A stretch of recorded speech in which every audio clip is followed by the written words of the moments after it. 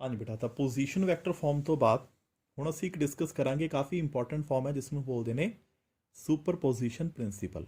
ਸੋ ਸੁਪਰਪੋਜੀਸ਼ਨ principal basically ਕੀ ਹੁੰਦਾ ਹੈ ਔਰ ਸੁਪਰਪੋਜੀਸ਼ਨ ਕੀ ਹੈ, ਬਸ ਧਿਆਨ ਨਾਲ ਸੁਣੋ। ਇੱਕ ਬੜਾ ਸਿੰਪਲ ਜਿਹਾ ਕਨਸੈਪਟ ਹੈ। ਇਹ ਕਨਸੈਪਟ ਫਿਜ਼ਿਕਸ ਅੰਦਰ ਕਿਤੇ ਬਹੁਤਾ ਯੂਜ਼ ਤਾਂ ਨਹੀਂ ਹੁੰਦਾ, ਬਟ ਚਲੋ ਫਿਰ ਵੀ ਸਾਨੂੰ ਆਈਡੀਆ ਹੋਣਾ ਚਾਹੀਦਾ ਹੈ ਆਖਿਰਕਾਰ ਜੀ ਸੁਪਰਪੋਜੀਸ਼ਨ ਕੀ ਹੁੰਦੀ ਹੈ, ਕੀ ਹੁੰਦਾ ਸੁਪਰਪੋਜੀਸ਼ਨ ਪ੍ਰਿੰਸੀਪਲ। ਸਭ ਤੋਂ ਪਹਿਲੀ ਗੱਲ ਬੇਟਾ, ਪਹਿਲਾ ਕੁਐਸਚਨ, ਸਰ ਇਹ ਸੁਪਰਪੋਜੀਸ਼ਨ ਕਿਸ ਨੂੰ ਕਿਹਾ ਜਾਂਦਾ ਹੈ? ਤਾਂ ਦੇਖੋ ਬੇਟਾ, ਪਹਿਲਾਂ ਨਾ ਮੈਂ ਇੱਕ ਐਗਜ਼ਾਮਪਲ ਦੇ ਕੇ ਸਮਝਾਉਣਾ, ਧਿਆਨ ਨਾਲ ਐਗਜ਼ਾਮਪਲ ਸੁਣਿਓ। ਤੁਹਾਨੂੰ ਇੱਕ ਵਾਰੀ ਕਲੀਅਰ ਹੋਣਾ ਚਾਹੀਦਾ ਕਿ ਸੁਪਰਪੋਜੀਸ਼ਨ ਦਾ ਕੀ ਮਤਲਬ ਹੈ। ਦੇਖੋ, ਮੰਨ ਕੇ ਚਲੋ ਆਪਾਂ ਨਾ ਤੁਹਾਡੇ ਸਕੂਲ ਦੀ ਗੱਲ ਕਰਦੇ ਹਾਂ। ਆਪਣੇ ਮਾਈਂਡ ਦੇ ਵਿੱਚ ਇੱਕ ਸੀਨ ਕ੍ਰੀਏਟ ਕਰੋ ਕਿ ਸਕੂਲ ਦੇ ਵਿੱਚ ਮਾਰਨਿੰਗ ਅਸੈਂਬਲੀ ਚੱਲ ਰਹੀ ਹੈ, ਸਵੇਰ ਦਾ ਟਾਈਮ ਹੈ, ਸਾਰੇ ਬੱਚੇ ਆਪੋ ਆਪਣੀਆਂ ਲਾਈਨਾਂ ਦੇ ਵਿੱਚ ਖੜੇ ਨੇ। 6th ਕਲਾਸ ਦੇ ਬੱਚੇ ਆਪਣੀ ਲਾਈਨ ਦੇ ਅੰਦਰ ਨੇ, 7th ਦੇ ਬੱਚੇ ਆਪਣੀ ਲਾਈਨ ਅੰਦਰ ਨੇ, 8th 9th 10th +1 +2 ਤੁਹਾਡੇ ਸਾਰੇ ਸਕੂਲ ਦੇ ਬੱਚੇ ਆਪੋ ਆਪਣੀਆਂ ਲਾਈਨਾਂ ਦੇ ਵਿੱਚ ਖੜੇ ਨੇ। ਹੁਣ ਪਹਿਲੀ ਗੱਲ, ਜਦੋਂ ਬੱਚੇ ਆਪੋ ਆਪਣੀਆਂ ਲਾਈਨਾਂ ਦੇ ਵਿੱਚ ਖੜੇ ਨੇ ਤਾਂ ਬੇਟਾ ਜਿੱਥੇ ਵੀ ਉਹ ਖੜੇ ਨੇ ਹਰ ਇੱਕ ਬੱਚੇ ਦੇ ਕੋਲ ਆਪੋ ਆਪਣੀ ਪੋਜੀਸ਼ਨ ਤਾਂ ਦੇਖੋ ਹੈਗੀ ਹੈ। ਮੰਨ ਲਓ ਤੁਸੀਂ ਕਲਾਸ ਦੇ ਵਿੱਚ ਪਹਿਲੇ ਨੰਬਰ 'ਤੇ ਖੜੇ ਹੋ ਤਾਂ ਤੁਹਾਡੀ ਲਾਈਨ ਤੁਹਾਡੀ ਫਸਟ ਪੋਜੀਸ਼ਨ ਹੈ। ਮੰਨ ਲਓ ਤੁਹਾਡਾ ਕੋਈ ਫਰੈਂਡ ਹੈ, ਉਹ ਦੂਸਰੇ ਨੰਬਰ 'ਤੇ ਖੜਾ ਹੈ ਤਾਂ ਉਸਦੀ ਇੱਕ ਸੈਕੰਡ ਪੋਜੀਸ਼ਨ ਹੈ। ਮੰਨ ਲਓ ਇੱਕ ਤੀਸਰਾ ਬੱਚਾ ਤੁਹਾਡੀ ਬਣਦੀ ਨਹੀਂ ਉਹਦੇ ਨਾਲ ਹੈ, ਚਾਹੇ ਤੁਹਾਡਾ ਕਲਾਸਮੇਟ ਹੀ ਹੈ, ਉਹ ਤੀਸਰੇ 'ਤੇ ਖੜਾ, ਤੀਸਰੀ ਪੋਜੀਸ਼ਨ ਹੈ। ਹੁਣ ਇਟ ਮੀਨਸ ਇੱਥੋਂ ਆਪਾਂ ਇੱਕ ਚੀਜ਼ ਸਮਝੇ ਕਿ ਜਦੋਂ ਅਸੀਂ ਮਾਰਨਿੰਗ ਅਸੈਂਬਲੀ ਦੇ ਵਿੱਚ ਖੜੇ ਹੁੰਦੇ ਹਾਂ ਤਾਂ ਹਰ ਇੱਕ ਬੱਚੇ ਕੋਲ ਆਪਣੀ ਕੋਈ ਨਾ ਕੋਈ ਪੋਜੀਸ਼ਨ ਤਾਂ ਦੇਖੋ ਹੁੰਦੀ ਹੈ। ਤਾਂ ਪੋਜੀਸ਼ਨਾਂ ਤਾਂ ਜੀ ਸਭ ਕੋਲ ਹੀ ਹੁੰਦੀਆਂ ਨੇ। ਫਿਰ ਅਗਲਾ ਕੁਐਸਚਨ, ਸਰ ਫਿਰ ਇਹ ਸੁਪਰ ਪੋਜੀਸ਼ਨ ਕੀ ਹੈ? ਤਾਂ ਹੁਣ ਸੌਖੀ ਜਿਹੀ ਐਗਜ਼ਾਮਪਲ ਸੁਣਿਓ। ਦੇਖੋ, ਜਿੱਥੇ ਤੁਸੀਂ ਖੜੇ ਹੋ ਮਾਰਨਿੰਗ ਅਸੈਂਬਲੀ ਦੇ ਵਿੱਚ ਉਹ ਤੁਹਾਡੀ ਪੋਜੀਸ਼ਨ ਹੈ। ਅਤੇ ਇੱਕ ਚੀਜ਼ ਯਾਦ ਰੱਖਿਓ, ਜਦੋਂ ਤੁਸੀਂ ਆਪਣੀ ਪੋਜੀਸ਼ਨ 'ਤੇ ਹੁੰਦੇ ਹੋ ਨਾ ਤਾਂ ਤੁਸੀਂ ਬੜੇ ਰਿਲੈਕਸ ਖੜੇ ਹੁੰਦੇ ਹੋ, ਤੁਹਾਡੇ 'ਤੇ ਕੋਈ ਟੈਨਸ਼ਨ ਨਹੀਂ ਹੁੰਦੀ। ਬਸ ਆਪਣੀ ਜਗ੍ਹਾ 'ਤੇ ਖੜੇ ਹੋ, ਹੱਥ ਜੋੜ ਕੇ ਅਰਦਾਸ ਕਰ ਰਹੇ ਹੋ ਜਾਂ ਸਟ੍ਰੇਟ ਹੋ ਕੇ ਜਨ ਗਣ ਮਨ ਦੀ, ਠੀਕ ਹੈ, ਆਪਾਂ ਗਾ ਰਹੇ ਹਾਂ ਜੀ, ਠੀਕ ਹੈ, ਰਾਸ਼ਟਰੀ ਗਾਨ ਦੀ ਰਿਸਪੈਕਟ ਕਰ ਰਹੇ ਹਾਂ। ਬਟ ਉਸ ਵਕਤ ਤੁਹਾਡੇ ਬ੍ਰੇਨ 'ਤੇ ਕੋਈ ਟੈਨਸ਼ਨ ਨਹੀਂ ਹੁੰਦੀ, ਤੁਸੀਂ ਰਿਲੈਕਸ ਖੜੇ ਹੁੰਦੇ ਹੋ, ਸ਼ਰਾਰਤਾਂ ਵੀ ਕਰਦੇ ਹੋ, ਕਿਤੇ ਅਗਲੇ ਨੂੰ ਧੱਕਾ ਮਾਰਿਆ, ਕਿਤੇ ਪਿਛਲੇ ਨੂੰ। ਤਾਂ ਜਦੋਂ ਕੋਈ ਪੋਜੀਸ਼ਨ 'ਤੇ ਹੁੰਦਾ ਨਾ, ਉਹ ਹੁੰਦਾ ਰਿਲੈਕਸ। ਹੁਣ ਮੰਨ ਕੇ ਚਲੋ ਕਿ ਤੁਸੀਂ ਆਰਾਮ ਨਾਲ ਰਿਲੈਕਸ ਆਪਣੀ ਜਗ੍ਹਾ 'ਤੇ ਖੜੇ ਸੀ। ਇਹਨੇ ਨੂੰ ਕੀ ਹੋਇਆ, ਮਾਈਕ ਤੋਂ ਇੱਕ ਅਨਾਊਂਸਮੈਂਟ ਹੋਈ। ਕੀ ਅਨਾਊਂਸਮੈਂਟ ਹੋਈ ਕਿ ਹਾਂਜੀ ਫਲਾਣਾ ਬੱਚਾ ਸਟੇਜ 'ਤੇ ਆ ਜੀ। ਅਤੇ ਉਹ ਫਲਾਣਾ ਬੱਚਾ ਕੌਣ ਹੈ? ਤੁਹਾਡਾ ਨਾਮ ਸਟੇਜ ਤੋਂ ਬੋਲਿਆ ਗਿਆ। ਹੁਣ ਤੁਸੀਂ ਆਪਣੀ ਜਗ੍ਹਾ ਤੋਂ ਚੱਲੇ ਅਤੇ ਜਾ ਕੇ ਕਿੱਥੇ ਖੜ੍ਹ ਗਏ? ਸਟੇਜ 'ਤੇ ਮਾਈਕ ਦੇ ਉੱਪਰ ਖੜ੍ਹ ਗਏ। ਹੁਣ ਇੱਕ ਚੀਜ਼ ਨੋਟ ਕਰੋ, ਜਦੋਂ ਤੁਸੀਂ ਮਾਈਕ ਉੱਪਰ ਖੜ੍ਹੇ ਹੋ ਨਾ ਤਾਂ ਬਾਕੀ ਸਾਰੇ ਬੱਚੇ, ਮਤਲਬ ਬਾਕੀ ਸਾਰੀਆਂ ਪੋਜੀਸ਼ਨ ਤੁਹਾਡੇ ਮੂੰਹ ਵੱਲ ਐਵੇਂ ਦੇਖ ਰਹੀਆਂ ਨੇ ਕਿ ਦੇਖਦੇ ਹਾਂ ਜੀ ਕੀ ਬੋਲਦਾ ਇਹ ਜਾਂ ਕੀ ਬੋਲਦੀ ਹੈ। ਹੁਣ ਤੁਸੀਂ ਇੱਕ ਐਸੀ ਪੋਜੀਸ਼ਨ 'ਤੇ ਖੜੇ ਹੋ ਜਿੱਥੇ ਬਾਕੀ ਸਾਰੀਆਂ ਪੋਜੀਸ਼ਨ ਤੁਹਾਡੇ ਉੱਪਰ ਕੀ ਕਰ ਰਹੀਆਂ ਨੇ? ਫੋਕਸ ਕਰ ਰਹੀਆਂ ਨੇ। ਤਾਂ ਬੇਟਾ ਇੱਕ ਐਸੀ ਪੋਜੀਸ਼ਨ ਜਿਹਦੇ 'ਤੇ ਬਾਕੀ ਪੋਜੀਸ਼ਨ ਫੋਕਸ ਕਰਦੀਆਂ ਨੇ, ਜਾਂ ਕਹਿ ਲਓ ਜਿਸ ਨੂੰ ਬਾਕੀ ਪੋਜੀਸ਼ਨਾਂ ਅਫੈਕਟ ਕਰਦੀਆਂ ਨੇ, ਉਸੇ ਪੋਜੀਸ਼ਨ ਦਾ ਹੀ ਨਾਮ ਹੈ ਸੁਪਰ ਪੋਜੀਸ਼ਨ। ਹੁਣ ਇੱਕ ਚੀਜ਼ ਨੋਟ ਕਰਿਓ, ਜਦੋਂ ਤੁਸੀਂ ਅਸੈਂਬਲੀ ਦੇ ਵਿੱਚ ਖੜੇ ਸੀ, ਤੁਸੀਂ ਖੜੇ ਸੀ ਪੋਜੀਸ਼ਨ 'ਤੇ ਤਾਂ ਰਿਲੈਕਸ ਫੀਲ ਕਰ ਰਹੇ ਸੀ ਨਾ, ਗੱਲਾਂ ਵੀ ਮਾਰ ਰਹੇ ਸੀ। ਬਟ ਜਦੋਂ ਤੁਹਾਨੂੰ ਮਾਈਕ 'ਤੇ ਖੜਾਤਾ ਤਾਂ ਕੀ ਤੁਹਾਡੀ ਫੀਲਿੰਗ ਸੇਮ ਹੁੰਦੀ ਹੈ? ਬਿਲਕੁਲ ਨਹੀਂ। ਤੁਸੀਂ ਆਪਣੇ 'ਤੇ ਇੱਕ ਵੱਡਾ ਪ੍ਰੈਸ਼ਰ ਫੀਲ ਕਰਦੇ ਹੋ। ਸਟੇਜ 'ਤੇ ਜਾ ਕੇ ਤੁਹਾਡੀਆਂ ਲੱਤਾਂ ਕੰਬਣਾ ਸ਼ੁਰੂ ਕਰ ਦਿੰਦੀਆਂ ਨੇ, ਤੁਹਾਡੇ ਤੋਂ ਬੋਲਿਆ ਵੀ ਨਹੀਂ ਜਾਂਦਾ। ਇਹ ਫ਼ਰਕ ਪਤਾ ਕਿਉਂ ਹੁੰਦਾ ਹੈ? ਕਿਉਂਕਿ ਉਸ ਵਕਤ ਜਿੱਥੇ ਤੁਸੀਂ ਖੜੇ ਹੋ ਨਾ, ਉਹ ਪੋਜੀਸ਼ਨ ਨਹੀਂ ਹੈ, ਉਹ ਹੁੰਦੀ ਹੈ ਜੀ ਸੁਪਰ ਪੋਜੀਸ਼ਨ। ਪਹਿਲੀ ਐਗਜ਼ਾਮਪਲ। ਦੂਸਰੀ ਐਗਜ਼ਾਮਪਲ, ਕਲਾਸਰੂਮ ਅੰਦਰ ਜਦੋਂ ਕੋਈ ਵੀ ਟੀਚਰ ਤੁਹਾਨੂੰ ਟੀਚ ਕਰਦਾ ਹੈ, ਔਰ ਇੱਕ ਚੀਜ਼ ਮੈਂ ਇੱਥੇ ਹੋਰ ਕਲੀਅਰ ਕਰਾਂ ਕਿ ਸਾਰੇ ਟੀਚਰ ਰਿਸਪੈਕਟੇਬਲ ਹੁੰਦੇ ਨੇ, ਸਾਰੇ ਟੀਚਰਾਂ ਦੀ ਦਿਲ ਤੋਂ ਰਿਸਪੈਕਟ ਕਰਿਆ ਕਰੋ। ਇਹ ਸਾਰੇ ਬੱਚਿਆਂ ਲਈ ਮੇਰੀ ਸੁਜੈਸ਼ਨ ਹੈ। ਟੀਚਰ ਤੋਂ ਉੱਪਰ ਕੋਈ ਨਹੀਂ ਹੈ। ਸੋ ਇਹ ਚੀਜ਼ ਆਪਣੇ ਮਾਈਂਡ 'ਚ ਫਿੱਟ ਕਰ ਲਓ ਕਿ ਜੇ ਟੀਚਰ ਦੀ ਰਿਸਪੈਕਟ ਕਰਦੇ ਹੋ ਨਾ ਤਾਂ ਜ਼ਿੰਦਗੀ ਬਣਨੀ ਉਹ ਤੁਹਾਡੀ ਤਾਂ ਹੈ। ਅਦਰਵਾਈਜ਼ ਚਾਹੇ ਸੁਪਰ ਡੁਪਰ ਜਿੰਨੇ ਮਰਜ਼ੀ ਇੰਟੈਲੀਜੈਂਟ ਹੋ, ਕੱਖ ਨਹੀਂ ਹੋਣ ਵਾਲਾ। ਇਹ ਚੀਜ਼ ਦਾ ਖਿਆਲ ਰੱਖਿਓ। ਸੋ ਤੁਹਾਡੀ ਕਲਾਸ ਦੇ ਵਿੱਚ ਜਦੋਂ ਤੁਹਾਡਾ ਟੀਚਰ ਖੜ੍ਹ ਕੇ ਪੜ੍ਹਾ ਰਿਹਾ ਹੁੰਦਾ ਹੈ, ABC ਕੋਈ ਵੀ ਟੀਚਰ ਹੈ, ਤਾਂ ਉਸ ਵਕਤ ਉਹ ਟੀਚਰ ਕਿਹੜੀ ਪੋਜੀਸ਼ਨ 'ਤੇ ਹੁੰਦਾ ਹੈ? At the super position. ਕਿਉਂ? ਕਿਉਂਕਿ ਸਾਰੀ ਕਲਾਸ ਦੇ ਬੱਚਿਆਂ ਦੀਆਂ ਪੋਜੀਸ਼ਨਾਂ ਉਹਦੀ ਪੋਜੀਸ਼ਨ 'ਤੇ ਫੋਕਸ ਕਰ ਰਹੀਆਂ ਹੁੰਦੀਆਂ ਨੇ। ਅਤੇ ਜੇ ਤੁਹਾਨੂੰ ਕਦੇ ਪੜ੍ਹਾਉਣ ਦਾ ਮੌਕਾ ਮਿਲਿਆ ਹੋਵੇ ਤਾਂ ਤੁਸੀਂ ਖੁਦ ਫੀਲ ਕਰੋਗੇ ਕਿ ਬੈਂਚ ਦੇ ਉੱਪਰ ਬੈਠਣਾ ਬੜਾ ਸੌਖਾ ਹੈ, ਪਰ ਡਾਇਸ ਉੱਪਰ ਆ ਕੇ ਬੋਲਣਾ ਬੜਾ ਔਖਾ ਹੋ ਜਾਂਦਾ ਹੈ, ਕਿਉਂਕਿ ਉਹ ਪੋਜੀਸ਼ਨ ਥੋੜ੍ਹਾ ਹੈ, ਉਹ ਕੀ ਹੈ? Super position. ਹੁਣ ਐਵੇਂ ਦਾ ਹੀ ਕੁਝ ਕਨਸੈਪਟ ਇੱਥੇ ਹੈ। ਦੇਖੋ ਕੀ ਕਨਸੈਪਟ ਹੈ ਸੀ। ਮੰਨ ਕੇ ਚਲੋ ਬੇਟਾ, ਮੇਰੇ ਕੋਲ ਇੱਕ ਚਾਰਜ ਇੱਥੇ ਪਿਆ Q0। ਇਹ ਇਕੱਲਾ ਹੀ ਚਾਰਜ ਹੈ, ਹੋਰ ਕੋਈ ਚਾਰਜ ਹੀ ਹੈ ਨਹੀਂ। ਹੁਣ ਦੇਖੋ ਇਕੱਲੇ ਹੀ ਬੈਠੇ ਹੋ ਕਿਸੇ ਗਰਾਊਂਡ ਦੇ ਵਿੱਚ, ਤਾਂ ਜੇ ਇਕੱਲੇ ਹੀ ਬੈਠੇ ਹੋ ਇਹਨੂੰ ਕਹਿੰਦੇ ਨੇ ਪੋਜੀਸ਼ਨ। ਰਿਲੈਕਸ ਬੈਠੇ ਆ, ਕੋਈ ਟੈਨਸ਼ਨ ਹੀ ਹੈ ਨਹੀਂ। ਇਹਨਾਂ ਨੂੰ ਕੀ ਹੋਇਆ, ਤੁਹਾਡੇ ਆਲੇ ਦੁਆਲੇ ਆ ਕੇ ਬਹੁਤ ਸਾਰੇ ਲੋਕ ਬੈਠ ਗਏ। ਪਹਿਲਾ ਚਾਰਜ Q1, ਦੂਸਰਾ ਚਾਰਜ Q2, ਤੀਸਰਾ ਚਾਰਜ Q3, ਚੌਥਾ ਜੀ Q4, ਫਿਰ Q5, Q6, Q7, Q8 up to ਆਪਾਂ ਚਲੋ Qn ਮੰਨ ਲਓ। ਇਹ ਬਣ ਗਈ ਸਿਚੁਏਸ਼ਨ। ਕਲੀਅਰ। ਹੁਣ ਮੈਂ ਇੱਕੋ ਹੀ ਵਰਡ ਬੋਲੂੰਗਾ, ਤੁਹਾਨੂੰ ਸਮਝ ਆ ਜੂ ਸੁਪਰਪੋਜੀਸ਼ਨ ਕੀ ਹੈ। ਮੈਂ ਬੇਟਾ ਮੰਨ ਕੇ ਚੱਲਦਾ ਕਿ ਜਿਹੜਾ Q0 ਹੈ ਇਹਦੀ ਪੋਜੀਸ਼ਨ ਨਹੀਂ ਹੈ, ਇਹਦੀ ਕੀ ਹੈ, ਸੁਪਰਪੋਜੀਸ਼ਨ ਹੈ। ਹੁਣ ਦੱਸੋ, ਜਦੋਂ ਮੈਂ ਕਿਹਾ Q0 ਸੁਪਰਪੋਜੀਸ਼ਨ 'ਤੇ ਹੈ, ਇਹਦਾ ਮਤਲਬ ਕੀ ਹੈ? ਇਹਦਾ ਇੱਕੋ ਇੱਕ ਮਤਲਬ ਹੈ, Q0 ਨੂੰ ਛੱਡ ਕੇ ਆ ਬਾਕੀ ਜਿੰਨੇ ਵੀ ਚਾਰਜ ਨੇ ਸਾਰੇ ਇਹਦੀ ਪੋਜੀਸ਼ਨ ਨੂੰ ਕੀ ਕਰਦੇ ਹੋਣਗੇ, ਅਫੈਕਟ ਕਰਦੇ ਹੋਣਗੇ। ਬਿਲਕੁਲ ਸਹੀ। ਹੁਣ ਦੇਖੋ ਕੀ ਹੋ ਰਿਹਾ ਹੈ, ਜਿਹੜਾ ਪਹਿਲਾ ਚਾਰਜ ਹੈ ਉਹ 'ਤੇ ਫੋਰਸ ਲਾ ਰਿਹਾ ਹੈ। ਤੈਨੂੰ ਆਪਾਂ ਲਿਖਾਂਗੇ ਕਿਵੇਂ? ਇਹਨੂੰ ਲਿਖਾਂਗੇ ਜੀ ਫੋਰਸ ਲੱਗੀ 0 ਤੇ 1 ਕਰਕੇ, ਤਾਂ ਪਹਿਲੀ ਪੋਜੀਸ਼ਨ ਇਸ ਨੂੰ ਅਫੈਕਟ ਕੀਤਾ। ਹੁਣ ਜਿਹੜਾ ਬੇਟਾ ਦੂਸਰਾ ਚਾਰਜ ਹੈ ਉਹ ਵੀ ਤਾਂ ਇੱਥੇ ਫੋਰਸ ਲਾਊਗਾ। ਹੁਣ ਫੋਰਸ ਲੱਗੀ 0 ਤੇ 2 ਕਰਕੇ, ਤਾਂ ਉਹ ਵੀ ਤਾਂ ਇਸ ਨੂੰ ਇਫੈਕਟ ਕਰ ਰਿਹਾ। ਐਵੇਂ ਜਿਹੜਾ ਤੀਸਰਾ ਚਾਰਜ ਹੈ ਉਹ ਵੀ ਤਾਂ ਇਸ 'ਤੇ ਫੋਰਸ ਲਾਊਗਾ, ਤਾਂ ਅਸੀਂ ਇਹਨੂੰ ਲਿਖਾਂਗੇ ਕਿਵੇਂ? ਫੋਰਸ ਲੱਗੀ 0 ਤੇ 3 ਕਰਕੇ, ਤਾਂ ਬਟ ਐਵੇਂ ਚੌਥਾ ਵੀ ਫੋਰਸ ਲਾਊ, ਪੰਜਵਾਂ ਵੀ ਫੋਰਸ ਲਾਊ, ਛੇਵਾਂ ਵੀ ਲਾਊ, nth ਵੀ ਫੋਰਸ ਲਾਊ। ਹੁਣ ਧਿਆਨ ਨਾਲ ਦੇਖੋ, ਆ ਵਿਚਾਰਾ ਇਕੱਲਾ ਬੈਠਾ ਹੈ, ਬਾਕੀ ਸਾਰੀਆਂ ਪੋਜੀਸ਼ਨਾਂ ਮਿਲ ਕੇ ਇਹਨੂੰ ਕੀ ਕਰਦੀਆਂ ਨੇ, ਇਫੈਕਟ ਕਰਦੀਆਂ ਨੇ। ਤਾਂ ਇੱਕ ਐਵੇਂ ਦੀ ਪੋਜੀਸ਼ਨ ਜਿਹਨੂੰ ਬਾਕੀ ਸਭ ਇਫੈਕਟ ਕਰਦੇ ਨੇ, ਬਸ ਉਸੇ ਪੋਜੀਸ਼ਨ ਨੂੰ ਹੀ ਕਹਿੰਦੇ ਨੇ ਸੁਪਰ ਪੋਜੀਸ਼ਨ। ਹੁਣ ਕਲੀਅਰ ਸੁਪਰ ਪੋਜੀਸ਼ਨ ਕੀ ਹੁੰਦੀ ਹੈ? ਇਸ ਦੀ ਇੱਕ ਐਗਜ਼ਾਮਪਲ ਮੈਂ ਹੋਰ ਦਿੰਦਾ। ਮੰਨ ਕੇ ਚਲੋ ਤੁਹਾਡੀ ਫੈਮਿਲੀ ਦੇ ਵਿੱਚ 6 ਮੈਂਬਰ ਨੇ। ਅੱਜ ਇਹ ਕੰਮ ਕਰਕੇ ਦੇਖਿਓ ਜੇ ਸੁਪਰ ਪੋਜੀਸ਼ਨ 'ਤੇ ਆਉਣਾ ਹੈ। 6 ਦੇ 6 ਮੈਂਬਰ ਮੰਨ ਲਓ ਲੌਬੀ ਦੇ ਵਿੱਚ ਬੈਠੇ ਨੇ, ਲੋਕਡਾਊਨ ਦਾ ਸੀਨ ਚੱਲ ਰਿਹਾ ਹੈ। ਕਿਚਨ ਦੇ ਵਿੱਚ ਜਾਇਓ, ਇੱਕ ਗਲਾਸ ਪਾਣੀ ਦਾ ਭਰਿਓ, ਸਟੀਲ ਦਾ ਗਲਾਸ ਲਿਓ। ਸਟੀਲ, ਮੈਂ ਦੁਬਾਰਾ ਬੋਲ ਰਿਹਾ, ਸਟੀਲ ਦਾ ਗਲਾਸ। ਲੌਬੀ ਦੇ ਵਿੱਚ ਆ ਕੇ ਨਾ ਸਟੀਲ ਦੇ ਗਲਾਸ ਨੂੰ ਹੱਥ 'ਚੋਂ ਛੱਡ ਦਿਓ। ਜਿਵੇਂ ਸਟੀਲ ਦੇ ਗਲਾਸ ਨੂੰ ਹੱਥ 'ਚੋਂ ਛੱਡੋਗੇ, ਗਲਾਸ ਤੜਾਕਦੇ ਨੇ ਫਰਸ਼ 'ਤੇ ਅਤੇ ਪਾਣੀ ਡੁੱਲ ਜੂਗਾ। ਬਸ ਇਦੋਂ ਬਾਅਦ ਦੇਖਿਓ ਤੁਹਾਨੂੰ ਇੱਕ ਫੀਲ ਆਊਗਾ ਸੁਪਰ ਪੋਜੀਸ਼ਨ ਦਾ। ਤੁਹਾਡੀ ਫੈਮਿਲੀ ਦੇ ਬਾਕੀ ਦੇ ਜਿਹੜੇ 5 ਮੈਂਬਰ ਨੇ ਉਹ ਸਾਰੇ ਤੁਹਾਡੇ ਵੱਲ ਐਵੇਂ ਦੇਖਣਗੇ ਅਤੇ ਸਾਰੇ ਤੁਹਾਨੂੰ ਘੂਰਨਾ ਸ਼ੁਰੂ ਕਰ ਦੇਣਗੇ, ਬੋਲਣਾ ਸ਼ੁਰੂ ਕਰ ਦੇਣਗੇ। ਸਾਰਿਆਂ ਦਾ ਫੋਕਸ ਇੱਕਦਮ ਤੁਹਾਡੇ 'ਤੇ ਆ ਗਿਆ। ਦੈਟ ਮੀਨਸ ਤੁਸੀਂ ਕਿਹੜੀ ਪੋਜੀਸ਼ਨ 'ਤੇ ਚਲੇ ਗਏ? At the super position. ਇਹ ਪ੍ਰੈਕਟੀਕਲ ਕਰਨਾ ਜ਼ਰੂਰ ਹੈ, ਪਰ ਸੇਫਟੀ ਤੁਹਾਡੀ ਆਪਣੀ। ਜੇ ਕੁੱਟ ਪੈ ਗਈ ਤਾਂ ਮੈਨੂੰ ਨਾ, ਕਿਉਂਕਿ ਸਰ ਨੇ ਪਵਾਈ ਹੈ। ਸੋ ਕਲੀਅਰ। ਹੁਣ ਬੇਟਾ ਸੁਪਰ ਪੋਜੀਸ਼ਨ ਪ੍ਰਿੰਸੀਪਲ ਦਾ ਮੈਥਮੈਟੀਕਲ ਫਾਰਮੂਲਾ ਕੀ ਹੈ? ਦੇਖੋ ਮੈਥਮੈਟੀਕਲ ਫਾਰਮੂਲਾ ਇਹ ਹੈ, ਜੇ ਕੋਈ ਮੈਨੂੰ ਪੁੱਛੇ ਸਰ ਹੁਣ ਇਹ ਦੱਸੋ ਜੀ ਟੋਟਲ ਫੋਰਸ ਕਿੰਨੀ ਲੱਗੀ ਹੈ 0 ਤੇ, ਤਾਂ ਹੁਣ ਇਸੇ ਟੋਟਲ ਫੋਰਸ ਕਿੰਨੀ ਹੈ? ਬੜਾ ਸਿੰਪਲ। ਦੇਖੋ, ਇੱਕ ਫੋਰਸ 0 ਤੇ ਲੱਗੀ 1 ਕਰਕੇ, ਇੱਕ ਫੋਰਸ ਦੀ 0 ਤੇ ਲੱਗੀ ਸੀ 2 ਕਰਕੇ, ਇੱਕ ਫੋਰਸ ਦੀ 0 ਤੇ ਲੱਗੀ ਸੀ 3 ਕਰਕੇ, ਐਵੇਂ ਚੱਲਦੇ ਚੱਲਦੇ ਇੱਕ ਫੋਰਸ 0 ਤੇ ਲੱਗੀ ਸੀ n ਕਰਕੇ। ਤਾਂ ਇੰਨੀਆਂ ਫੋਰਸਸ ਲੱਗੀਆਂ ਨੇ।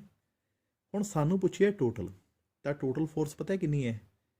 ਪਹਿਲੇ ਕਰਕੇ ਫੋਰਸ, ਦੂਸਰੇ ਕਰਕੇ, ਤੀਸਰੇ ਕਰਕੇ, ਚੌਥੇ ਕਰਕੇ, ਜਿੰਨਿਆਂ ਨੇ ਵੀ ਫੋਰਸਸ ਲਾਈਆਂ ਨੇ ਨਾ, ਸਾਰਿਆਂ ਨੂੰ ਸਿੰਪਲੀ ਐਡ ਕਰ ਦਿਓ। ਅਤੇ ਜਿਹੜਾ ਇਹ ਫਾਰਮੂਲਾ ਹੈ ਨਾ, ਬਸ ਇਸੇ ਫਾਰਮੂਲੇ ਨੂੰ ਹੀ ਬੋਲਦੇ ਨੇ ਸੁਪਰ ਪੋਜੀਸ਼ਨ ਪ੍ਰਿੰਸੀਪਲ। ਕਿ ਜਦੋਂ ਕੋਈ ਬਾਡੀ ਸੁਪਰ ਪੋਜੀਸ਼ਨ 'ਤੇ ਹੁੰਦੀ ਹੈ, ਬਾਕੀ ਸਭ ਪੋਜੀਸ਼ਨਾਂ ਉਸ 'ਤੇ ਫੋਰਸ ਲਾਉਂਦੀਆਂ ਨੇ, ਅਤੇ ਉਹਦੇ ਉੱਪਰ ਟੋਟਲ ਫੋਰਸ ਕਿੰਨੀ ਹੋਊਗੀ? ਪਹਿਲੇ ਦੀ ਫੋਰਸ ਪਲੱਸ ਦੂਸਰੇ ਦੀ ਫੋਰਸ ਪਲੱਸ ਤੀਸਰੇ ਦੀ, ਚੌਥੇ ਦੀ, ਜਿੰਨੇ ਵੀ ਪਾਰਟੀਕਲ ਨੇ ਸਾਰਿਆਂ ਨੂੰ ਐਡ ਕਰ ਲਓ, ਉੱਤੇ ਟੋਟਲ ਫੋਰਸ ਆ ਜਾਣੀ ਹੈ। ਬਸ ਇਸੇ ਕਨਸੈਪਟ ਦਾ, ਇਸੇ ਪ੍ਰਿੰਸੀਪਲ ਦਾ ਹੀ ਨਾਮ ਹੈ ਸੁਪਰ ਪੋਜੀਸ਼ਨ ਪ੍ਰਿੰਸੀਪਲ। ਹੁਣ ਇੱਕ ਕੁਐਸਚਨ ਮੈਂ ਤੁਹਾਡੇ ਲਈ ਦੇ ਰਿਹਾ, ਸੋਚ ਕੇ ਦੱਸਿਓ। ਇਹ ਦੱਸੋ ਬੇਟਾ ਕਿ ਜੇ ਮੇਰੇ ਕੋਲ ਇੱਕੋ ਹੀ ਸਿੰਗਲ ਚਾਰਜ ਹੋਵੇ, ਇਕੱਲਾ ਹੀ ਚਾਰਜ ਹੋਵੇ, ਕੀ ਉੱਥੇ ਸੁਪਰ ਪੋਜੀਸ਼ਨ ਦਾ ਕਨਸੈਪਟ ਅਪਲਾਈ ਹੋ ਸਕਦਾ ਹੈ? ਇਹ ਤੁਹਾਡੇ ਲਈ ਹੋਮਵਰਕ ਹੈ। ਮੈਨੂੰ ਕਮੈਂਟ ਬਾਕਸ ਦੇ ਵਿੱਚ ਤੁਸੀਂ ਇਹ ਦੱਸਣਾ ਹੈ। ਕਮੈਂਟ ਕਰਕੇ ਤੁਸੀਂ ਮੈਨੂੰ ਦੱਸੋਗੇ ਕਿ ਸਰ ਹਾਂਜੀ ਸਿੰਗਲ ਚਾਰਜ ਉੱਪਰ ਸੁਪਰ ਪੋਜੀਸ਼ਨ ਅਪਲਾਈ ਹੋ ਸਕਦਾ ਹੈ ਜਾਂ ਨਹੀਂ। ਮਤਲਬ ਤੁਸੀਂ ਘਰ ਦੇ ਵਿੱਚ ਇਕੱਲੇ ਹੀ ਹੋ ਅਤੇ ਤੁਸੀਂ ਪਾਣੀ ਦਾ ਗਲਾਸ ਡੋਲਤਾ, ਕੀ ਕੋਈ ਕੁੱਟ ਪੈਣ ਦੇ ਆਸਾਰ ਹੈਗੇ ਨੇ ਜਾਂ ਨਹੀਂ? ਬਸ ਇੰਨਾ ਹੀ ਕਨਸੈਪਟ ਹੈ। ਸੋ ਇੱਕ ਛੋਟਾ ਜਿਹਾ concept C super position principal, but examination point of view ਤੋਂ ਇਹਦੀ ਕੋਈ ਖਾਸ ਇੰਪੋਰਟੈਂਸ ਨਹੀਂ ਹੁੰਦੀ, ਖਿਆਲ ਰੱਖਿਓ। ਹੁਣ ਜਿਹੜਾ ਬੇਟਾ ਨੈਕਸਟ ਟੌਪਿਕ ਹੈ ਨਾ, charge distribution. Topic examination point of view ਤੋਂ ਕੋਈ ਖਾਸ ਇੰਪੋਰਟੈਂਟ ਨਹੀਂ, ਮੈਂ ਪਹਿਲਾਂ ਦੱਸ ਦੇਣਾ। 2001 ਤੋਂ ਲੈ ਕੇ 2020 ਤੱਕ 20 ਸਾਲ ਤਾਂ ਮੈਨੂੰ ਪੜ੍ਹਾਉਂਦੇ ਨੂੰ ਹੋ ਗਏ, ਔਰ ਇਹਨਾਂ ਪਿਛਲੇ 20 ਸਾਲਾਂ ਦੇ ਵਿੱਚ ਮੈਂ ਐਗਜ਼ਾਮ ਦੇ ਵਿੱਚ ਇਹ ਟੌਪਿਕ ਕਦੇ ਨਹੀਂ ਆਉਂਦਾ ਦੇਖਿਆ। ਪਰ ਇੰਪੋਰਟੈਂਟ ਬਹੁਤ ਹੈ। ਕਿਉਂ? ਕਿਉਂਕਿ ਆਪਾਂ ਇਕੱਲਾ ਐਗਜ਼ਾਮ ਥੋੜ੍ਹਾ ਕਲੀਅਰ ਕਰਨਾ ਹੈ, ਨੈਕਸਟ ਚੈਪਟਰ ਵੀ ਤਾਂ ਪੜ੍ਹਨੇ ਨੇ। ਤਾਂ ਨੈਕਸਟ ਚੈਪਟਰਸ ਦੇ ਵਿੱਚ ਇਹਦੀ ਕਾਫੀ ਲੋੜ ਪੈਣੀ ਹੈ। ਇਸ ਕਰਕੇ ਕਨਸੈਪਟ ਕਲੀਅਰ ਹੋਣਾ ਚਾਹੀਦਾ ਹੈ। ਡਾਇਰੈਕਟ ਟੌਪਿਕ ਐਗਜ਼ਾਮ 'ਚ ਨਹੀਂ ਆਉਂਦਾ, ਪਰ ਇਨਡਾਇਰੈਕਟ ਤਰੀਕੇ ਨਾਲ ਬੜਾ ਇੰਪੋਰਟੈਂਟ ਆ। ਹੁਣ ਸਮਝਦੇ ਹਾਂ ਇਹ ਕੀ ਹੁੰਦੀਆਂ ਨੇ ਜੀ ਚਾਰਜ ਡਿਸਟਰੀਬਿਊਸ਼ਨ। ਦੇਖੋ ਜਿਹੜਾ ਚਾਰਜ ਡਿਸਟਰੀਬਿਊਸ਼ਨਸ ਕੀ ਹੁੰਦੀਆਂ ਨੇ, ਸਭ ਤੋਂ ਪਹਿਲਾਂ ਅਸੀਂ ਕਨਸੈਪਟ 'ਤੇ ਗੌਰ ਕਰੀਏ। ਦੇਖੋ ਯਾਦ ਕਰੋ, ਇੱਕ ਦਿਨ ਆਪਾਂ ਗੱਲ ਕੀਤੀ ਸੀ ਕਿ ਸਾਡੀ ਲਾਈਫ ਅੰਦਰ 4 ਤਰ੍ਹਾਂ ਦੇ ਆਬਜੈਕਟ ਨੇ। ਪਹਿਲੇ ਜਿਹੜੇ ਪੁਆਇੰਟ ਟਾਈਪ ਨੇ, ਦੂਸਰੇ ਜਿਹੜੇ ਲਾਈਨ ਟਾਈਪ ਨੇ, ਤੀਸਰੇ ਜਿਹੜੇ ਸਰਫੇਸ ਟਾਈਪ ਨੇ, ਅਤੇ ਚੌਥੇ ਜਿਹੜੇ ਵੋਲੀਅਮ ਟਾਈਪ ਨੇ। ਹੁਣ ਇਹਨਾਂ ਨੂੰ ਮੈਂ ਥੋੜ੍ਹਾ ਹੋਰ ਕਲੀਅਰ ਕਰ ਦਿੰਦਾ। ਦੇਖੋ ਇੱਕ ਸਿੰਪਲ ਗੱਲ ਯਾਦ ਰੱਖਿਓ, ਸਭ ਤੋਂ ਛੋਟਾ ਪੁਆਇੰਟ ਹੁੰਦਾ ਹੈ, ਪੁਆਇੰਟਸ ਨੂੰ ਮਿਲਾ ਕੇ ਇੱਕ ਲਾਈਨ ਬਣਦੀ ਹੈ, ਲਾਈਨਸ ਨੂੰ ਮਿਲਾ ਕੇ ਸਰਫੇਸ ਬਣਦਾ ਹੈ, ਅਤੇ ਸਰਫੇਸਿਸ ਨੂੰ ਮਿਲਾ ਕੇ ਵੋਲੀਅਮ ਬਣਦਾ ਹੈ। ਇਹ ਕਨਸੈਪਟ ਹੈ ਸਾਡੀ ਲਾਈਫ ਦਾ। ਹੁਣ ਮੈਂ ਕੁਝ ਐਗਜ਼ਾਮਪਲਾਂ ਦੇ ਦਿੰਦਾ ਤੁਹਾਨੂੰ। ਦੇਖੋ ਸਭ ਤੋਂ ਪਹਿਲੀ ਐਗਜ਼ਾਮਪਲ ਹੈ ਪੁਆਇੰਟ ਦੀ। ਆਪਾਂ ਡੈਫੀਨੇਸ਼ਨ ਪੜ੍ਹੀ ਹੋਈ ਹੈ, ਜੇ ਕਿਸੇ ਬੋਡੀ ਦਾ ਸਾਈਜ਼ ਬਹੁਤ ਛੋਟਾ ਹੋਵੇ ਡਿਸਟੈਂਸ ਤੋਂ ਤਾਂ ਉਹਨੂੰ ਪੁਆਇੰਟ ਕਹਿੰਦੇ ਨੇ। ਐਗਜ਼ਾਮਪਲ ਦੇ ਤੌਰ 'ਤੇ ਸਟਾਰ। ਰਾਤ ਦੇ ਟਾਈਮ ਅਸਮਾਨ 'ਚ ਜਦੋਂ ਤਾਰੇ ਦੇਖਦੇ ਹੋ ਕਿਵੇਂ ਦੇ ਨਜ਼ਰ ਆਉਂਦੇ ਨੇ? ਪੁਆਇੰਟ ਟਾਈਪ ਹੁੰਦੇ ਨੇ ਨਾ। ਹੁਣ ਲਾਈਨ ਟਾਈਪ ਦੀ ਐਗਜ਼ਾਮਪਲ ਦਿੰਦਾ। ਜਿਹੜੇ ਬੇਟਾ ਸਾਡੇ ਹੇਅਰਸ ਨੇ, ਵਾਲ ਨੇ, ਉਹ ਲਾਈਨ ਟਾਈਪ ਨੇ। ਜਾਂ ਕੋਈ ਵੀ ਧਾਗਾ, ਕਿਸੇ ਵੀ ਕੱਪੜੇ ਦਾ ਕੋਈ ਧਾਗਾ, ਕੋਈ ਫਾਈਬਰ ਕੱਢ ਲਓ, ਉਹ ਕਿਵੇਂ ਦਾ ਹੁੰਦਾ? ਲਾਈਨ ਟਾਈਪ ਹੁੰਦਾ। ਇਨ ਕੇਸ ਮੈਂ ਗੱਲ ਕਰਾਂ ਸਰਫੇਸ ਦੀ, ਦੇਖੋ ਮੇਰੇ ਕੋਲ ਕਾਪੀ ਦਾ ਪੇਜ ਹੈ, ਇਹ ਵੀ ਕੀ ਹੈ? ਇੱਕ ਸਰਫੇਸ ਹੈ। ਕੋਈ ਬੈੱਡ ਸ਼ੀਟ, ਕਿਸੇ ਬੈੱਡ ਦੇ ਵਿਛੀ ਚਾਦਰ, ਉਹ ਵੀ ਇੱਕ ਸਰਫੇਸ ਹੈ। ਫਰਸ਼, ਫਲੋਰ, ਪੋਚਾ ਲਾ ਰਹੇ ਹੋ, ਸਰਫੇਸ ਦੀ ਲਾਉਣੇ ਹੋ। ਤਾਂ ਐਸੀਆਂ ਸਰਫੇਸ ਦੀਆਂ ਐਗਜ਼ਾਮਪਲਸ ਨੇ। ਵੋਲੀਅਮ ਦੀ ਐਗਜ਼ਾਮਪਲ ਬੜੀ ਸਿੰਪਲ ਹੈ। ਤੁਹਾਡੀ ਜਿਓਮੈਟਰੀ ਬਾਕਸ, ਤੁਹਾਡਾ ਟਿਫਨ, ਤੁਹਾਡੇ ਬਾਕਸ ਬੈੱਡ, ਜਾਂ ਕੋਈ ਵੀ ਐਸੀ ਚੀਜ਼, ਲੌਬੀ, ਕਮਰਾ, ਇਹ ਸਭ ਵੋਲੀਅਮ ਦੇ ਵਿੱਚ ਆ ਜਾਂਦੇ ਨੇ। ਹੁਣ ਦੇਖੋ ਪੋਸੀਬਿਲਿਟੀਜ਼ ਕੀ ਕੀ ਬਣਦੀਆਂ ਨੇ। ਆਪਾਂ ਪੜ੍ਹ ਰਹੇ ਹਾਂ ਚਾਰਜ, ਤਾਂ ਮੇਰੇ ਕੋਲ 4 ਕੇਸ ਬਣ ਗਏ। ਹੋ ਸਕਦਾ ਚਾਰਜ ਪੁਆਇੰਟ ਟਾਈਪ ਬੋਡੀ 'ਤੇ ਆ ਜੇ, ਹੋ ਸਕਦਾ ਚਾਰਜ ਲਾਈਨ ਦੇ ਉੱਪਰ ਆ ਜੇ, ਹੋ ਸਕਦਾ ਚਾਰਜ ਕਿਸੇ ਸਰਫੇਸ ਦੇ ਉੱਪਰ ਆ ਜੇ, ਇਹ ਵੀ ਹੋ ਸਕਦਾ ਚਾਰਜ ਕਿਸੇ ਵੋਲੀਅਮ 'ਤੇ ਆ ਜੇ। ਦੇਖੋ 4 ਚੀਜ਼ਾਂ ਨੇ ਜਿਹੜੀਆਂ ਇੱਥੇ ਪੋਸੀਬਲ ਨੇ। ਚਾਰਜ ਪੁਆਇੰਟ 'ਤੇ ਵੀ ਹੋ ਸਕਦਾ, ਚਾਰਜ ਲਾਈਨ 'ਤੇ ਵੀ ਹੋ ਸਕਦਾ, ਚਾਰਜ ਸਰਫੇਸ 'ਤੇ ਵੀ ਹੋ ਸਕਦਾ, ਚਾਰਜ ਵੋਲੀਅਮ 'ਤੇ ਵੀ ਹੋ ਸਕਦਾ। ਇਹ 4 ਪੋਸੀਬਿਲਿਟੀਜ਼ ਬਣ ਗਈਆਂ। ਪਰ ਪ੍ਰੋਬਲਮ ਪਤਾ ਕਿੱਥੇ ਹੈ? ਦੇਖੋ ਪ੍ਰੋਬਲਮ ਕਿੱਥੇ ਹੈ। ਜੇ ਤਾਂ ਚਾਰਜ ਆਵੇ ਪੁਆਇੰਟ 'ਤੇ, ਸਾਡੇ ਕੋਲ ਇੱਕੋ ਇੱਕ ਲਾ ਹੈ, ਕਿਹੜਾ? ਕੂਲਮਸ ਲਾਅ। ਹੋਰ ਤਾਂ ਕੋਈ ਲਾਅ ਤੁਹਾਨੂੰ ਆਉਂਦਾ ਹੀ ਨਹੀਂ, ਆਪਾਂ ਪੜ੍ਹਿਆ। ਦੇਖੋ ਜੇ ਚਾਰਜ ਪੁਆਇੰਟ ਟਾਈਪ ਹੈ ਤਾਂ ਜਿਹੜਾ ਕੂਲਮ ਦਾ ਲਾ ਹੈ ਅਪਲਾਈ ਹੋ ਜਾਂਦਾ ਹੈ। ਯਾਦ ਹੈ ਨਾ ਬੈਂਜਾਮਿਨ ਫਰੈਂਕਲਿਨ ਨੇ ਕੀ ਕਿਹਾ ਸੀ? ਤਾਂ ਫਰੈਂਕਲਿਨ ਨੇ ਸਾਫ਼ ਕਿਹਾ ਸੀ ਨਾ ਕਿ ਮੇਰੀਆਂ ਗੱਲਾਂ ਸਿਰਫ ਕਿੱਥੇ ਅਪਲਾਈ ਹੁੰਦੀਆਂ ਨੇ? ਇਕੱਲੇ ਪੁਆਇੰਟ ਚਾਰਜ 'ਤੇ। ਹੁਣ ਆਪ ਸੋਚੋ, ਜੇ ਚਾਰਜ ਲਾਈਨ ਟਾਈਪ ਹੈ ਕੀ ਲਾ ਅਪਲਾਈ ਹੁੰਦਾ? ਨਹੀਂ। ਜੇ ਸਰਫੇਸ ਟਾਈਪ ਹੈ ਕੀ ਲਾ ਅਪਲਾਈ ਹੁੰਦਾ? ਨਹੀਂ। ਜੇ ਵੋਲੀਅਮ ਟਾਈਪ ਹੈ ਕੀ ਲਾ ਅਪਲਾਈ ਹੁੰਦਾ? Answer is no. ਤਾਂ ਹੁਣ ਕਹਾਣੀ ਇੱਥੇ ਕੁਛ ਐਵੇਂ ਦੀ ਬਣ ਗਈ ਕਿ ਸਰ ਜੇ ਤਾਂ ਚਾਰਜ ਹੋਵੇ ਜੀ ਪੁਆਇੰਟ ਟਾਈਪ, ਦੇਖੋ ਫਿਰ ਤਾਂ ਰੂਲ ਅਪਲਾਈ ਹੋ ਜਾਂਦਾ ਹੈ। ਜੇ ਚਾਰਜ ਲਾਈਨ ਟਾਈਪ ਹੋਵੇ, ਜੇ ਚਾਰਜ ਸਰਫੇਸ ਟਾਈਪ ਹੋਵੇ, ਜਾਂ ਚਾਰਜ ਹੋਵੇ ਵੋਲੀਅਮ ਟਾਈਪ, ਫਿਰ ਤਾਂ ਰੂਲ ਅਪਲਾਈ ਹੀ ਨਹੀਂ ਹੁੰਦਾ। ਹੁਣ ਇਹ ਦੱਸੋ ਵੀ ਮੰਨ ਲਓ ਮੇਰੇ ਵਾਲ 'ਤੇ ਚਾਰਜ ਆ ਗਿਆ, ਕਿਸੇ ਲਾਈਨ 'ਤੇ ਚਾਰਜ ਆ ਗਿਆ, ਤਾਂ ਕੀ ਕੂਲਮ ਲਾ ਅਪਲਾਈ ਨਹੀਂ ਹੋਣਾ? ਨਹੀਂ ਹੁੰਦਾ। ਜੇ ਸਰਫੇਸ 'ਤੇ ਆ ਗਿਆ ਨਹੀਂ ਹੁੰਦਾ ਅਪਲਾਈ ਜੀ, ਵੋਲੀਅਮ 'ਤੇ ਆ ਗਿਆ ਫਿਰ ਵੀ ਅਪਲਾਈ ਨਹੀਂ ਹੁੰਦਾ। ਅੱਛਾ ਕੂਲਮ ਲਾ ਤੋਂ ਬਿਨਾਂ ਕੋਈ ਹੋਰ ਦੂਜਾ ਲਾਅ ਹੈਗਾ? ਸਾਡੇ ਕੋਲ ਲਾਅ ਵੀ ਨਹੀਂ ਹੈਗਾ। ਹੁਣ ਦੇਖੋ ਕਿਵੇਂ ਦੀ ਸਿਚੁਏਸ਼ਨ ਬਣ ਗਈ। ਮੇਰੇ ਕੋਲ ਇੱਕ ਲਾਈਨ ਹੈ, ਲਾਈਨ 'ਤੇ ਚਾਰਜ ਵੀ ਪਿਆ, ਇੱਕੋ ਇੱਕ ਮੇਰੇ ਕੋਲ ਲਾਅ ਹੈ, ਉਹ ਅਪਲਾਈ ਹੋ ਨਹੀਂ ਹੋ ਰਿਹਾ। ਹੁਣ ਦੱਸੋ ਮੈਂ ਕਰਾਂ ਤਾਂ ਕੀ ਕਰਾਂ? ਤਾਂ ਬੇਟਾ ਪੰਜਾਬੀ ਦੀ ਨਾ ਇੱਕ ਕਹਾਵਤ ਹੈ, ਕਹਿੰਦੇ ਜੇ ਨਾ ਘਿਓ ਸਿੱਧੀ ਉਂਗਲ ਦੇ ਨਾਲ ਨਾ ਨਿਕਲੇ ਤਾਂ ਕੀ ਕਰਨਾ ਚਾਹੀਦਾ? ਉਂਗਲ ਟੇਢੀ ਕਰ ਲੈਣੀ ਚਾਹੀਦੀ ਹੈ। ਬਸ ਉਹੀ ਕੰਮ ਅਸੀਂ ਇੱਥੇ ਕਰਾਂਗੇ। ਕੂਲਮ ਲਾ ਸਿੱਧਾ ਅਪਲਾਈ ਨਹੀਂ ਹੁੰਦਾ, ਕੋਈ ਗੱਲ ਨਹੀਂ, ਅਸੀਂ ਇੱਕ ਇਨਡਾਇਰੈਕਟ ਤਰੀਕੇ ਨਾਲ ਅਪਲਾਈ ਕਰਾਂਗੇ। ਹੁਣ ਇਹਨਾਂ ਤਿੰਨਾਂ ਦੇ ਵਿੱਚੋਂ ਨਾ ਅੱਜ ਮੈਂ ਸਿਰਫ ਇੱਕ ਤੇ ਇਨਡਾਇਰੈਕਟ ਮੈਥਡ ਲਾਊਂਗਾ, ਬਾਕੀ 2 ਤੁਹਾਡਾ ਹੋਮਵਰਕ ਹੋਊਗਾ। ਫਿਰ ਕੱਲ੍ਹ ਮੈਂ ਦੋਨੋਂ ਉਹ ਵੀ ਕਰਵਾਊਂਗਾ। ਹੁਣ ਧਿਆਨ ਨਾਲ ਸੁਣਿਓ, ਜਿੱਥੇ ਕੂਲਮ ਲਾ ਡਾਇਰੈਕਟ ਅਪਲਾਈ ਨਹੀਂ ਹੁੰਦਾ, ਫਿਰ ਅਸੀਂ ਕਿਵੇਂ ਅਪਲਾਈ ਕਰਦੇ ਹਾਂ? ਉਸੇ ਨੂੰ ਹੀ ਬੋਲਦੇ ਨੇ ਚਾਰਜ ਡਿਸਟਰੀਬਿਊਸ਼ਨ। ਚਲੋ ਇੱਕ ਐਗਜ਼ਾਮਪਲ ਮੈਂ ਦਿੰਦਾ। ਹੁਣ ਇਸ ਚੀਜ਼ ਨੂੰ ਧਿਆਨ ਨਾਲ ਸਮਝਿਓ ਕਿ ਜਿੱਥੇ ਕੂਲਮ ਲਾ ਡਾਇਰੈਕਟ ਅਪਲਾਈ ਨਹੀਂ ਨਾ ਹੁੰਦਾ, ਫਿਰ ਅਸੀਂ ਕਿਵੇਂ ਅਪਲਾਈ ਕਰਦੇ ਹਾਂ। ਦੇਖੋ ਮੰਨ ਲਓ ਬੇਟਾ ਮੇਰੇ ਕੋਲ ਕੋਈ ਇੱਕ ਬੋਡੀ ਹੈ ਲਾਈਨ ਟਾਈਪ, ਔਰ ਇਸ ਬੋਡੀ 'ਤੇ ਆ ਗਿਆ ਚਾਰਜ। ਇੱਕ ਗੱਲ ਬੇਟਾ ਹੋਰ ਯਾਦ ਰੱਖਿਓ, ਮੈਂ ਅੱਗੇ ਜਾ ਕੇ ਕਨਸੈਪਟ ਕਲੀਅਰ ਵੀ ਕਰੂੰਗਾ ਫਿਜ਼ਿਕਸ ਅੰਦਰ ਜਿੱਥੇ ਮੈਂ ਬੋਲਾਂ ਨਾ ਚਾਰਜ, ਤੁਸੀਂ ਪੋਜ਼ਿਟਿਵ ਚਾਰਜ ਹੀ ਬਣਾਉਣਾ ਹੈ। ਇਸ ਦੇ ਪਿੱਛੇ ਇੱਕ ਵਜ੍ਹਾ ਹੈ, ਚੈਪਟਰ 1 ਵਿੱਚ ਆਪਾਂ ਗੱਲ ਕਰਾਂਗੇ। ਫਿਲਹਾਲ ਇੰਨੀ ਯਾਦ ਰੱਖੋ ਕਿ ਜਿੱਥੇ ਮੈਂ ਬੋਲਾਂ ਚਾਰਜ, ਤੁਸੀਂ ਪੋਜ਼ਿਟਿਵ ਹੀ ਬਣਾਉਣਾ ਹੈ। ਤਾਂ ਹੋਇਆ ਕਿ ਮੇਰੇ ਕੋਲ ਇੱਕ ਲਾਈਨ ਹੈ, ਕੋਈ ਵਾਲ ਪਿਆ ਅਤੇ ਉਹਦੇ ਉੱਪਰ ਹੈ ਚਾਰਜ। ਇਸ ਦੀ ਲੈਂਥ ਬਿਟ L ਹੈ ਅਤੇ ਇਸ 'ਤੇ ਚਾਰਜ ਕਿੰਨਾ ਹੈ, Q ਚਾਰਜ ਹੈ ਜੀ। ਤਾਂ ਅਸੀਂ ਮੰਨ ਕੇ ਚੱਲੇ ਹਾਂ ਕਿ ਮੇਰੇ ਕੋਲ ਇੱਕ ਲਾਈਨ ਹੈ, ਲੈਂਥ ਉਹਦੀ ਕਿੰਨੀ ਹੈ L, ਚਾਰਜ ਕਿੰਨਾ ਹੈ Q। ਇਸ ਤੋਂ ਥੋੜ੍ਹੀ ਦੂਰ ਇੱਥੇ ਇੱਕ ਚਾਰਜ ਪਿਆ Q0 ਅਤੇ ਉਹ ਪੁਆਇੰਟ ਟਾਈਪ ਹੈ, ਠੀਕ। ਹੁਣ ਇੱਕ ਪਾਸੇ ਪੁਆਇੰਟ ਹੈ, ਇੱਕ ਪਾਸੇ ਲਾਈਨ ਹੈ। ਮੈਨੂੰ ਕਿਸ ਨੇ ਕਿਹਾ ਸਰ ਇਹ ਦੱਸੋ ਇਹ ਵੀ ਚਾਰਜ ਹੈ ਜੀ, ਇਹ ਵੀ ਚਾਰਜ ਹੈ, ਸਰ ਇਹਨਾਂ ਦੋਨਾਂ ਦੇ ਵਿਚਕਾਰ ਫੋਰਸ ਕਿੰਨੀ ਹੋਊਗੀ, ਮਾੜਾ ਦੱਸਿਓ ਜੀ। ਹੁਣ ਦੇਖੋ ਬੇਟਾ ਪ੍ਰੋਬਲਮ ਕੀ ਹੈ। ਫੋਰਸ ਲੱਭਣ ਲਈ ਮੇਰੇ ਕੋਲ ਇੱਕੋ ਇੱਕ ਲਾ ਹੈ, ਕੂਲਮਸ ਲਾ, ਹੋਰ ਤਾਂ ਕੋਈ ਲਾ ਹੀ ਹੈ ਨਹੀਂ। ਅਗਲੇ ਨੇ ਮੈਨੂੰ ਪੁੱਛੀ ਫੋਰਸ, ਪਰ ਕੂਲਮ ਲਾ ਦੀ ਇੱਕ ਕਮੀ ਹੈ। ਕੂਲਮ ਲਾ ਸਿਰਫ ਉੱਥੇ ਅਪਲਾਈ ਹੁੰਦਾ ਜਿੱਥੇ ਚਾਰਜ ਕਿਵੇਂ ਦਾ ਹੋਵੇ, ਪੁਆਇੰਟ ਟਾਈਪ ਹੋਵੇ। ਇੱਥੇ ਪ੍ਰੋਬਲਮ ਦੇਖਿਓ ਕੀ ਆ ਗਈ, ਇੱਕ ਪਾਸੇ ਚਾਰਜ ਪੁਆਇੰਟ ਟਾਈਪ ਹੈ ਬਟ ਦੂਜੇ ਪਾਸੇ ਚਾਰਜ ਕਿਵੇਂ ਦਾ ਹੈ, ਉਹ ਤਾਂ ਲਾਈਨ ਟਾਈਪ ਹੈ। ਕੀ ਕੂਲਮ ਲਾ ਡਾਇਰੈਕਟ ਅਪਲਾਈ ਹੋ ਸਕਦਾ, ਨਹੀਂ ਹੁੰਦਾ ਜੀ, ਕਿਉਂਕਿ ਕੂਲਮ ਲਾ ਤਾਂ ਲਾਈਨ ਚਾਰਜ 'ਤੇ ਅਪਲਾਈ ਹੋ ਨਹੀਂ ਹੁੰਦੇ। ਹੁਣ ਕੀ ਕਰੀਏ, ਸੋ ਹੁਣ ਦੇਖੋ ਚਾਰਜ ਡਿਸਟਰੀਬਿਊਸ਼ਨ, ਉਂਗਲ ਟੇਢੀ ਕਰਾਂਗੇ, ਲਾਅ ਅਪਲਾਈ ਵੀ ਕਰਾਂਗੇ। ਅਪਲਾਈ ਕਰਨ ਦਾ ਤਰੀਕਾ ਕੀ ਹੈ, ਸਭ ਤੋਂ ਪਹਿਲਾਂ ਇਹ ਕੰਮ ਕਰੋ, ਆਹ ਜਿਹੜੀ ਲਾਈਨ ਹੈ ਨਾ, ਆਪਾਂ ਪੂਰੀ ਲਾਈਨ ਦੀ ਗੱਲ ਹੀ ਨਹੀਂ ਕਰਦੇ। ਪੂਰੀ ਲਾਈਨ ਦੀ ਲੈਂਥ ਕਿੰਨੀ L, ਆਪਾਂ ਪੂਰੀ ਲਾਈਨ ਨੂੰ ਡਿਸਕਸ ਕਰਨ ਦੀ ਬਜਾਏ ਪਹਿਲਾਂ ਥੋੜ੍ਹੀ ਲੈਂਥ ਲੈ ਲਓ DL। ਤਾਂ ਪਹਿਲਾ ਕੰਮ ਮੈਂ ਕੀ ਕੀਤਾ ਕਿ ਜੀ ਪੂਰੀ ਲਾਈਨ ਦੀ ਲੈਂਥ ਕਿੰਨੀ L, ਆਪਾਂ ਪੂਰੀ ਲੈਂਥ ਦੀ ਗੱਲ ਹੀ ਨਹੀਂ ਕਰਦੇ, ਆਪਾਂ ਬਿਲਕੁਲ ਛੋਟਾ ਜਿਹਾ ਪੁਆਇੰਟ ਲੈ ਲੈਂਦੇ ਹਾਂ ਜਿਸ ਦੀ ਲੈਂਥ ਕਿੰਨੀ ਹੈ DL। ਹੁਣ ਦੇਖੋ ਬੇਟਾ ਪੂਰੇ 'ਤੇ ਚਾਰਜ ਕਿੰਨਾ DQ, ਤਾਂ ਛੋਟੀ ਜਿਹੀ ਲੈਂਥ DL ਦੇ ਉੱਪਰ ਕਿੰਨਾ ਹੋਊਗਾ DQ। ਹੁਣ ਇਸ ਪੂਰੇ 'ਤੇ ਚਾਰਜ Q ਹੈ, ਤਾਂ ਥੋੜ੍ਹੀ ਜਿਹੀ ਲੈਂਥ ਜਿਹੜੀ DL ਹੈ ਉੱਤੇ ਚਾਰਜ ਕਿੰਨਾ ਹੋ ਗਿਆ DQ।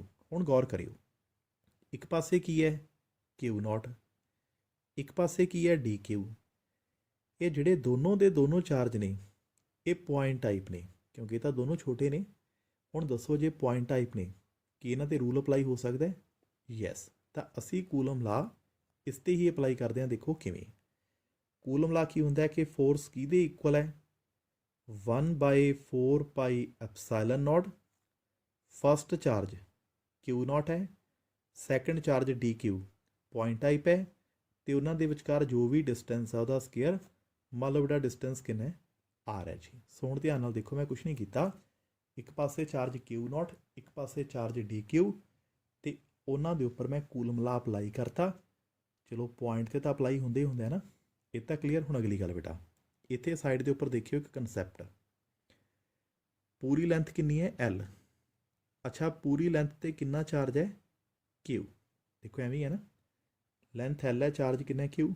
ਹੁਣ ਇਹ ਦੱਸੋ ਇੱਕ ਯੂਨਿਟ ਲੈਂਥ ਉੱਪਰ ਕਿੰਨਾ ਚਾਰਜ ਹੋਊਗਾ, ਤਾਂ ਅਸੀਂ ਕਹਾਂਗੇ Q/L। ਤਾਂ ਪੂਰੀ ਲੈਂਥ ਉੱਪਰ ਚਾਰਜ ਕਿੰਨਾ Q, ਇੱਕ ਯੂਨਿਟ ਲੈਂਥ ਉੱਪਰ ਕਿੰਨਾ ਚਾਰਜ ਆ ਗਿਆ Q/L। ਹੁਣ ਇੱਕ ਯੂਨਿਟ ਲੈਂਥ ਉੱਪਰ ਜਿੰਨਾ ਵੀ ਚਾਰਜ ਹੈ ਇਹਨੂੰ ਲੈਮਦਾ ਦੇ ਨਾਲ ਲਿਖਿਆ ਜਾਂਦਾ ਹੈ। ਹੁਣ ਇਸ ਲੈਮਦਾ ਦੇ ਨਾਮ ਨੂੰ ਧਿਆਨ ਨਾਲ ਸੁਣਿਓ, ਇਸ ਲੈਮਦਾ ਨੂੰ ਬੋਲਦੇ ਨੇ ਲੀਨੀਅਰ ਚਾਰਜ ਡੈਂਸਿਟੀ ਜਾਂ ਡਿਸਟਰੀਬਿਊਸ਼ਨ, ਉਹ ਇੱਕੋ ਹੀ ਗੱਲ ਹੈ। ਤਾਂ ਆਪਾਂ ਗੱਲ ਕਰ ਰਹੇ ਹਾਂ ਚਾਰਜ ਡਿਸਟਰੀਬਿਊਸ਼ਨ ਦੀ। ਸੋ ਚਾਹੇ ਕਹਿ ਲਓ ਲੀਨੀਅਰ ਚਾਰਜ ਡੈਂਸਿਟੀ, ਚਾਹੇ ਕਹਿ ਲਓ ਲੀਨੀਅਰ ਚਾਰਜ ਡਿਸਟਰੀਬਿਊਸ਼ਨ। ਸੋ ਲੈਮਦਾ ਕਿਹਦੀ ਇਕੁਅਲ ਹੈ Q/L, ਕਲੀਅਰ। ਹੁਣ ਇਸ ਲੈਮਦਾ 'ਤੇ ਬੇਟਾ ਦੋ ਕੁਐਸਚਨ ਪਹਿਲਾਂ ਪੇਪਰ 'ਚ ਆਮ ਤੌਰ 'ਤੇ ਪੁੱਛਿਆ ਜਾਂਦਾ ਹੈ, ਇਹਦੇ ਯੂਨਿਟ ਕੀ ਨੇ। ਯੂਨਿਟ ਦੇਖੋ, ਚਾਰਜ ਦੇ ਕੀ ਹੁੰਦੇ ਨੇ ਕੂਲਮ, ਲੈਂਥ ਦੇ ਕੀ ਹੁੰਦੇ ਨੇ ਮੀਟਰ। ਤਾਂ ਤੁਹਾਡੀ ਬੁੱਕ 'ਤੇ ਕੁਐਸਚਨ ਪਿਆ, ਕਹਿੰਦੇ ਜਿਹੜੀ ਲੀਨੀਅਰ ਚਾਰਜ ਡੈਂਸਿਟੀ ਹੁੰਦੀ ਹੈ ਇਹ ਦੱਸੋ ਉਹਦੇ ਯੂਨਿਟ ਕੀ ਨੇ। ਤਾਂ ਯੂਨਿਟ ਕੀ ਨੇ, ਕੂਲਮ ਪਰ ਮੀਟਰ। ਇਹ ਤਾਂ ਕਲੀਅਰ। ਹੁਣ ਅਗਲੀ ਗੱਲ, ਲੈਮਦਾ ਕਿਹਦੇ ਇਕੁਅਲ ਹੈ Q/L। ਹੁਣ ਦੱਸੋ ਬੇਟਾ ਜੇ ਮੈਂ ਇੱਥੋਂ Q ਲੱਭਾਂ ਕਿਹਦੀ ਇਕੁਅਲ ਆ ਜੂ, ਲੈਮਦਾ ਇਨਟੂ L ਹੋ ਗਿਆ ਨਾ, ਤਾਂ Q ਲੈਮਦਾ ਇਨਟੂ L। ਅੱਛਾ ਸੋਚ ਕੇ ਦੱਸਿਓ, ਜੇ ਲੈਂਥ ਸਮੌਲ ਹੋਵੇ ਤਾਂ ਫਿਰ ਚਾਰਜ ਵੀ ਕੀ ਹੋਊਗਾ, ਸਮੌਲ ਹੀ ਹੋਊਗਾ। ਤਾਂ DQ ਕਿਹਦੀ ਇਕੁਅਲ ਆ ਗਿਆ, ਲੈਮਦਾ DL। ਹੁਣ ਕੁਛ ਨਹੀਂ ਕਰਨਾ, ਇੱਥੋਂ DQ ਦੀ ਵੈਲਿਊ ਨੂੰ ਇੱਥੇ ਪੁੱਟ ਕਰ ਦਿਓ, ਕਰਤਾ ਪੁੱਟ। ਹੁਣ ਜੇ ਪੁੱਟ ਕਰਾਂ ਤਾਂ ਮੇਰੇ ਕੋਲ ਦੇਖਿਓ ਕੀ ਬਣਦਾ ਹੈ, ਸਾਡੇ ਕੋਲ ਹੋ ਗਿਆ 1/4πε0। ਪਹਿਲਾ ਕਿੰਨਾ ਹੈ Q0, ਹੁਣ ਦੂਸਰਾ ਹੋ ਗਿਆ ਲੈਮਦਾ DL ਤੇ ਅਪੋਨ ਬੇਟਾ ਕੀ R ਸਕੁਅਰ। ਇੱਕ ਗੱਲ ਇੱਥੇ ਹੋਰ ਯਾਦ ਰੱਖਿਓ, ਕਿਉਂਕਿ ਚਾਰਜ ਸਮੋਲ ਹੈ ਤਾਂ ਫੋਰਸ ਵੀ ਸਮੋਲ ਆਊਗੀ। ਹੁਣ ਆਪਾਂ ਪੂਰੀ ਲੈਂਥ ਦੀ ਤਾਂ ਗੱਲ ਹੀ ਨਹੀਂ ਨਾ ਕੀਤੀ, ਆਪਾਂ ਤਾਂ ਲੈਂਥ ਹੀ ਥੋੜੀ ਲਈ ਹੈ। ਇਹ ਤਾਂ ਕਲੀਅਰ। ਹੁਣ ਕੁਝ ਨਹੀਂ ਕਰਨਾ, ਸਮੋਲ ਤੋਂ ਟੋਟਲ ਲੱਭਣ ਲਈ ਦੋਨੋਂ ਸਾਈਡਾਂ ਕੀ ਕੀਤਾ ਜਾਂਦਾ ਹੈ, ਇੰਟੀਗ੍ਰੇਟ। ਤਾਂ ਜਦੋਂ ਬੇਟਾ ਦੋਨੋਂ ਸਾਈਡਾਂ ਇੰਟੀਗ੍ਰੇਟ ਕਰਾਂਗੇ, ਆ ਜਿੰਨੀਆਂ ਕੌਨਸਟੈਂਟ ਟਰਮ ਨੇ ਇੰਟੀਗ੍ਰੇਸ਼ਨ ਤੋਂ ਬਾਹਰ ਹੁੰਦੀਆਂ ਨੇ, ਸਾਡੇ ਕੋਲ ਇਹ ਬਚਿਆ। ਹੁਣ ਧਿਆਨ ਨਾਲ ਦੇਖੋ, ਆ ਜਿਹੜਾ ਫਾਰਮੂਲਾ ਤੁਹਾਡੇ ਸਾਹਮਣੇ ਹੈ, ਇਹ ਕਾਹਦਾ ਫਾਰਮੂਲਾ ਹੈ? ਇਹ ਫੋਰਸ ਦਾ ਫਾਰਮੂਲਾ ਹੈ ਨਾ। ਹੁਣ ਸਮਝੋ ਕੀ ਕੂਲਮ ਲਾ ਇੱਥੇ ਡਾਇਰੈਕਟ ਅਪਲਾਈ ਹੋ ਜਾਂਦਾ? Answer is no. ਮੈਂ ਪਹਿਲਾਂ ਕਿਹਾ ਸੀ ਜਿੱਥੇ ਕੂਲਮ ਲਾ ਡਾਇਰੈਕਟ ਅਪਲਾਈ ਨਹੀਂ ਨਾ ਹੁੰਦਾ, ਪਰ ਅਸੀਂ ਕੂਲਮ ਲਾ ਨੂੰ ਕਿਵੇਂ ਅਪਲਾਈ ਕਰਦੇ ਹਾਂ? ਇਨਡਾਇਰੈਕਟ ਤਰੀਕੇ ਨਾਲ ਅਪਲਾਈ ਕਰਦੇ ਹਾਂ। ਇਸੇ ਕਨਸੈਪਟ ਨੂੰ ਹੀ ਬੋਲਦੇ ਨੇ ਚਾਰਜ ਡਿਸਟਰੀਬਿਊਸ਼ਨ। ਮੈਂ ਅੱਜ ਸਿਰਫ ਇੱਕ ਡਿਸਟਰੀਬਿਊਸ਼ਨ ਕਰਾਈ ਹੈ, ਜਿਹਨੂੰ ਅਸੀਂ ਨਾਮ ਦਿੱਤਾ ਲਾਈਨ ਚਾਰਜ। ਹੁਣ ਤੁਹਾਡੇ ਦੋ ਹੋਮਵਰਕ ਨੇ, ਇੱਕ ਤੁਸੀਂ ਅੱਜ ਟਰਾਈ ਕਰਨਾ ਹੈ ਸਰਫੇਸ ਚਾਰਜ ਨੂੰ, ਇੱਕ ਟਰਾਈ ਕਰਨਾ ਹੈ ਵੋਲੀਅਮ ਚਾਰਜ ਨੂੰ। ਇਹਦੇ ਲਈ ਤੁਸੀਂ ਆਪਣੀ ਬੁੱਕ ਦੀ ਹੈਲਪ ਲੈ ਸਕਦੇ ਹੋ, ਇੰਟਰਨੈਟ ਦੀ ਹੈਲਪ ਲੈ ਸਕਦੇ ਹੋ, ਕਿਤੋਂ ਹੈਲਪ ਲੈ ਸਕਦੇ ਹੋ, ਉਹਦੀ ਕੋਈ ਦਿੱਕਤ ਨਹੀਂ ਹੈ। ਕੱਲ੍ਹ ਨੂੰ ਮੈਂ ਸਰਫੇਸ ਵੀ ਪੜ੍ਹਾਉਣਾ ਅਤੇ ਵੋਲੀਅਮ ਵੀ ਪੜ੍ਹਾਉਣਾ ਹੈ। ਫਿਰ ਜਦੋਂ ਮੈਂ ਪੜ੍ਹਾਊਂਗਾ ਨਾ, ਉਸ ਤੋਂ ਪਹਿਲਾਂ ਤੁਸੀਂ ਆਪ ਟਰਾਈ ਕੀਤਾ ਹੋਊਗਾ ਤਾਂ ਤੁਹਾਨੂੰ ਪੂਰਾ ਕਨਸੈਪਟ ਕਲੀਅਰ ਹੋ ਜਾਣਾ ਹੈ। ਸੋ ਮੋਟੇ ਤੌਰ 'ਤੇ ਆਈਡੀਆ ਹੋ ਗਿਆ ਹੋਣਾ ਕਿ ਜਿੱਥੇ ਕੂਲਮ ਲਾ ਡਾਇਰੈਕਟ ਅਪਲਾਈ ਨਹੀਂ ਹੁੰਦਾ ਅਤੇ ਅਸੀਂ ਉਹਨੂੰ ਇਨਡਾਇਰੈਕਟਲੀ ਅਪਲਾਈ ਕਰਦੇ ਹਾਂ, ਉੱਥੇ ਜਿਹੜਾ ਕਨਸੈਪਟ ਯੂਜ਼ ਹੁੰਦਾ ਉਸ ਨੂੰ ਹੀ ਬੋਲਦੇ ਨੇ ਚਾਰਜ ਡਿਸਟਰੀਬਿਊਸ਼ਨ। ਸੋ 3 ਕਨਸੈਪਟਾਂ 'ਚੋਂ ਇੱਕ ਮੈਂ ਅੱਜ ਕਲੀਅਰ ਕਰਤਾ, 2 ਮੈਂ ਕੱਲ੍ਹ ਕਲੀਅਰ ਕਰੂੰਗਾ। ਬਟ ਮੈਂ ਚਾਹੁੰਦਾ ਵੀ ਇੱਕ ਵਾਰ ਤੁਸੀਂ ਖੁਦ ਜ਼ਰੂਰ ਟਰਾਈ ਕਰੋ, ਫਿਰ ਇਹ ਤੁਹਾਡਾ ਕਨਸੈਪਟ ਕਲੀਅਰ ਹੋ ਜਾਣਾ ਹੈ। ਡਾਇਰੈਕਟ ਐਗਜ਼ਾਮ ਦੇ ਵਿੱਚ ਇਹ ਕਨਸੈਪਟ ਨਾ ਕਦੇ ਆਇਆ ਨਾ ਆਵੇ, ਪਰ ਇਸ ਤੋਂ ਅਗਲੇ ਚੈਪਟਰਸ ਦੇ ਵਿੱਚ ਇਸ ਦੀ ਕਾਫੀ ਲੋੜ ਪੈਣੀ ਹੈ, ਇੰਪੋਰਟੈਂਸ ਕਾਫੀ ਹੈ। ਸੋ ਇਹ ਸੀ ਤੁਹਾਡਾ ਕਨਸੈਪਟ। ਹੁਣ ਉਸ ਤੋਂ ਬਾਅਦ ਬੇਟਾ ਇਸੇ ਨਾਲ ਕੀ ਹੈ, ਤੁਹਾਡਾ ਕੂਲਮਸ ਲਾ ਮੋਟੇ ਤੌਰ 'ਤੇ ਇੱਕ ਵਾਰ ਸਾਰਾ ਕੰਪਲੀਟ ਹੋ ਜਾਂਦਾ ਹੈ ਸਰਫੇਸ ਦੇ ਵੋਲੀਅਮ ਕਰਨ ਤੋਂ ਬਾਅਦ। ਹੁਣ ਨਾ ਕੂਲਮ ਲਾ ਦੇ ਬੇਸ 'ਤੇ ਕੁਝ ਪੈਟ ਕੁਐਸਚਨ ਨੇ, ਮੈਂ ਤੁਹਾਡੇ ਨਾਲ ਡਿਸਕਸ ਕਰੂੰਗਾ ਇੱਕ ਇੱਕ ਕਰਕੇ। ਇਹ ਉਹ ਐਗਜ਼ਾਮੀਨੇਸ਼ਨ ਕੁਐਸਚਨ ਨੇ ਜਿਹੜੇ ਮੋਸਟ ਰਿਪੀਟ ਹੁੰਦੇ ਨੇ ਐਗਜ਼ਾਮਸ ਦੇ ਵਿੱਚ। ਹੁਣ ਆਪਾਂ ਇਕੱਲੇ ਨੂੰ ਡਿਸਕਸ ਕਰਾਂਗੇ। ਮਤਲਬ ਜੇ ਅਸੀਂ ਨਾ ਕੀ ਐਕਚੁਅਲ ਦੇ ਵਿੱਚ ਕੀ ਹੋਣਾ ਕਿ ਜਿਸ ਦਿਨ ਤੁਸੀਂ ਐਗਜ਼ਾਮ ਦੇ ਵਿੱਚ ਬੈਠਣਾ ਹੈ, ਉੱਥੇ ਥਿਊਰੀ ਬਹੁਤ ਘੱਟ ਆਉਣੀ ਹੈ, ਯਾਦ ਰੱਖਿਓ। ਉੱਥੇ ਪਹਿਲਾਂ ਤੁਹਾਨੂੰ ਓਬਜੈਕਟਿਵ ਕੁਐਸਚਨ ਆਉਣੇ ਨੇ 14, ਉਸ ਤੋਂ ਬਾਅਦ ਤੁਹਾਨੂੰ ਉਸ 'ਚੋਂ ਕੁਝ ਟਰੂ ਫਾਲਸ, ਕੁਝ ਫਿਲ ਇਨ ਬਲੈਂਕਸ ਵੀ ਹੋਣਗੀਆਂ। ਫਿਰ ਬਹੁਤੇ ਕਨਸੈਪਚੁਅਲ ਆਉਣੇ ਨੇ, ਕੁਝ ਕੁ ਨੂਮੈਰੀਕਲ ਆਉਣੇ ਨੇ, ਅਤੇ ਥਰੈਟੀਕਲ ਅਤੇ ਆਰਟੀਕਲ ਤਾਂ ਬੜੇ ਥੋੜ੍ਹੇ, ਪੂਰੇ ਪੇਪਰ ਦੇ ਵਿੱਚ ਤਕਰੀਬਨ 3 ਕੁ 4 ਹੀ ਆਉਣੇ ਨੇ। ਮੋਸਟਲੀ ਕੀ ਹੁੰਦਾ, ਬੱਚੇ ਥਿਊਰੀ ਪੜ੍ਹੀ ਜਾਂਦੇ ਨੇ, ਆਰਟੀਕਲਸ ਪੜ੍ਹੀ ਜਾਂਦੇ ਨੇ, ਉਹ ਤਾਂ ਬੇਟਾ ਕੰਮ ਹੀ ਟੋਟਲ 15-16 ਨੰਬਰ ਦਾ ਆਉਣਾ ਹੈ। ਤਾਂ ਆਪਣਾ ਮੇਨ ਧਿਆਨ ਤੁਸੀਂ ਕਨਸੈਪਚੁਅਲ ਦੇ ਉੱਪਰ ਅਤੇ ਨੂਮੈਰੀਕਲ ਦੇ ਉੱਪਰ ਰੱਖਣਾ ਹੈ, ਖਾਸ ਤੌਰ 'ਤੇ ਉਹ ਜਿਹੜੇ ਮੋਸਟ ਰਿਪੀਟਡ ਨੇ। ਤਾਂ ਆਪਾਂ ਅੱਜ 4 ਕੁਐਸਚਨ ਇੱਥੇ ਨਾਲ ਹੀ ਡਿਸਕਸ ਕਰਨ ਲੱਗੇ ਹਾਂ। ਸੋ ਹੁਣ ਜਿਵੇਂ ਪਹਿਲਾ ਕੁਐਸਚਨ ਹੈ, ਕਹਿੰਦਾ how many electron are there in 1 coulomb charge. ਇੱਕ ਕੂਲਮ ਚਾਰਜ 'ਚ ਕਿੰਨੇ ਕੁ ਇਲੈਕਟ੍ਰੋਨ ਹੁੰਦੇ ਨੇ? ਚਲੋ ਆਪਾਂ ਇੱਕ ਸਿੰਪਲ ਜਿਹੀ ਕੰਮ ਕਰਦੇ ਹਾਂ। ਮੈਂ ਨਾ ਤੁਹਾਡੀ ਅੱਜ ਇੱਕ ਡਿਊਟੀ ਲਾ ਰਿਹਾ। ਡਿਊਟੀ ਪਤਾ ਕੀ ਲਾ ਰਿਹਾ? ਤੁਸੀਂ ਜਿੱਥੇ ਬੈਠੇ ਹੋ ਆਪਣੇ ਆਲੇ ਦੁਆਲੇ ਦੇਖੋ ਕੋਈ ਦਰਵਾਜ਼ਾ ਹੈਗਾ, ਕੋਈ ਵੀ ਡੋਰ। ਤੁਹਾਡੀ ਡਿਊਟੀ ਇਹ ਹੈ ਕਿ ਤੁਸੀਂ ਡੋਰ 'ਤੇ ਪੋਜ਼ੀਟਿਵ ਚਾਰਜ ਲੈ ਕੇ ਆਉਣਾ ਅਤੇ ਕਿੰਨਾ ਲੈ ਕੇ ਆਉਣਾ? 1 ਕੂਲਮ ਚਾਰਜ ਲੈ ਕੇ ਆਉਣਾ। ਹੁਣ ਪਹਿਲੀ ਗੱਲ ਤਾਂ ਸੋਚੋ, ਜੇ ਪੋਜ਼ੀਟਿਵ ਚਾਰਜ ਲੈ ਕੇ ਆਉਣਾ ਤਾਂ ਇਲੈਕਟ੍ਰੋਨ ਕੱਢਣੇ ਪੈਣਗੇ ਨਾ। ਹੁਣ ਕੁਐਸਚਨ ਇਹ ਹੈ ਕਿ 1 ਕੂਲਮ ਚਾਰਜ ਲੈ ਕੇ ਆਉਣ ਲਈ ਮੈਂ ਡੋਰ ਦੇ ਵਿੱਚੋਂ ਕਿੰਨੇ ਇਲੈਕਟ੍ਰੋਨ ਕੱਢਾਂ? ਮੈਨੂੰ ਇਲੈਕਟ੍ਰੋਨ ਦੀ ਗਿਣਤੀ ਚਾਹੀਦੀ ਹੈ, ਬਸ ਇਹੀ ਕੁਐਸਚਨ ਇਹ ਪੁੱਛ ਰਿਹਾ। ਕਹਿੰਦਾ ਕਿੰਨੇ ਇਲੈਕਟ੍ਰੋਨਾਂ ਤੋਂ ਮਿਲ ਕੇ 1 ਕੂਲਮ ਚਾਰਜ ਬਣਦਾ ਹੈ। ਤਾਂ ਅੱਜ ਬੇਟਾ ਦੇਖਦੇ ਹਾਂ। ਆਪਾਂ ਨੇ ਫਾਰਮੂਲਾ ਕੀਤਾ ਸੀ Q = NE, ਕੁਆਂਟਾਈਜੇਸ਼ਨ ਦੇਖੋ ਯਾਦ ਹੈ। ਤਾਂ ਬਟ N ਕਿਹਦੀ ਇਕੁਅਲ ਆ ਗਿਆ? Q upon E। ਹੁਣ ਚਾਰਜ ਕਿੰਨਾ? 1 ਕੂਲਮ। ਅੱਛਾ, ਇਲੈਕਟ੍ਰੋਨ 'ਤੇ ਚਾਰਜ ਸਾਨੂੰ ਪਤਾ ਹੈ ਕਿੰਨਾ ਹੁੰਦਾ ਹੈ, 1.6 × 10⁻19। ਜਦੋਂ ਬੇਟਾ ਇਹਨੂੰ ਸਿੰਪਲੀਫਾਈ ਕੀਤਾ, ਪਤਾ ਕਿੰਨਾ ਆਉਂਦਾ ਹੈ? 6.25 × 10⁻18। ਮਤਲਬ ਜੇ ਅਸੀਂ ਇੰਨੇ ਇਲੈਕਟ੍ਰੋਨ ਕੱਢ ਲਈਏ ਦਰਵਾਜ਼ੇ 'ਚੋਂ ਤਾਂ ਡੋਰ ਦੇ ਉੱਪਰ ਕਿੰਨਾ ਚਾਰਜ ਹੋ ਜਾਊਗਾ?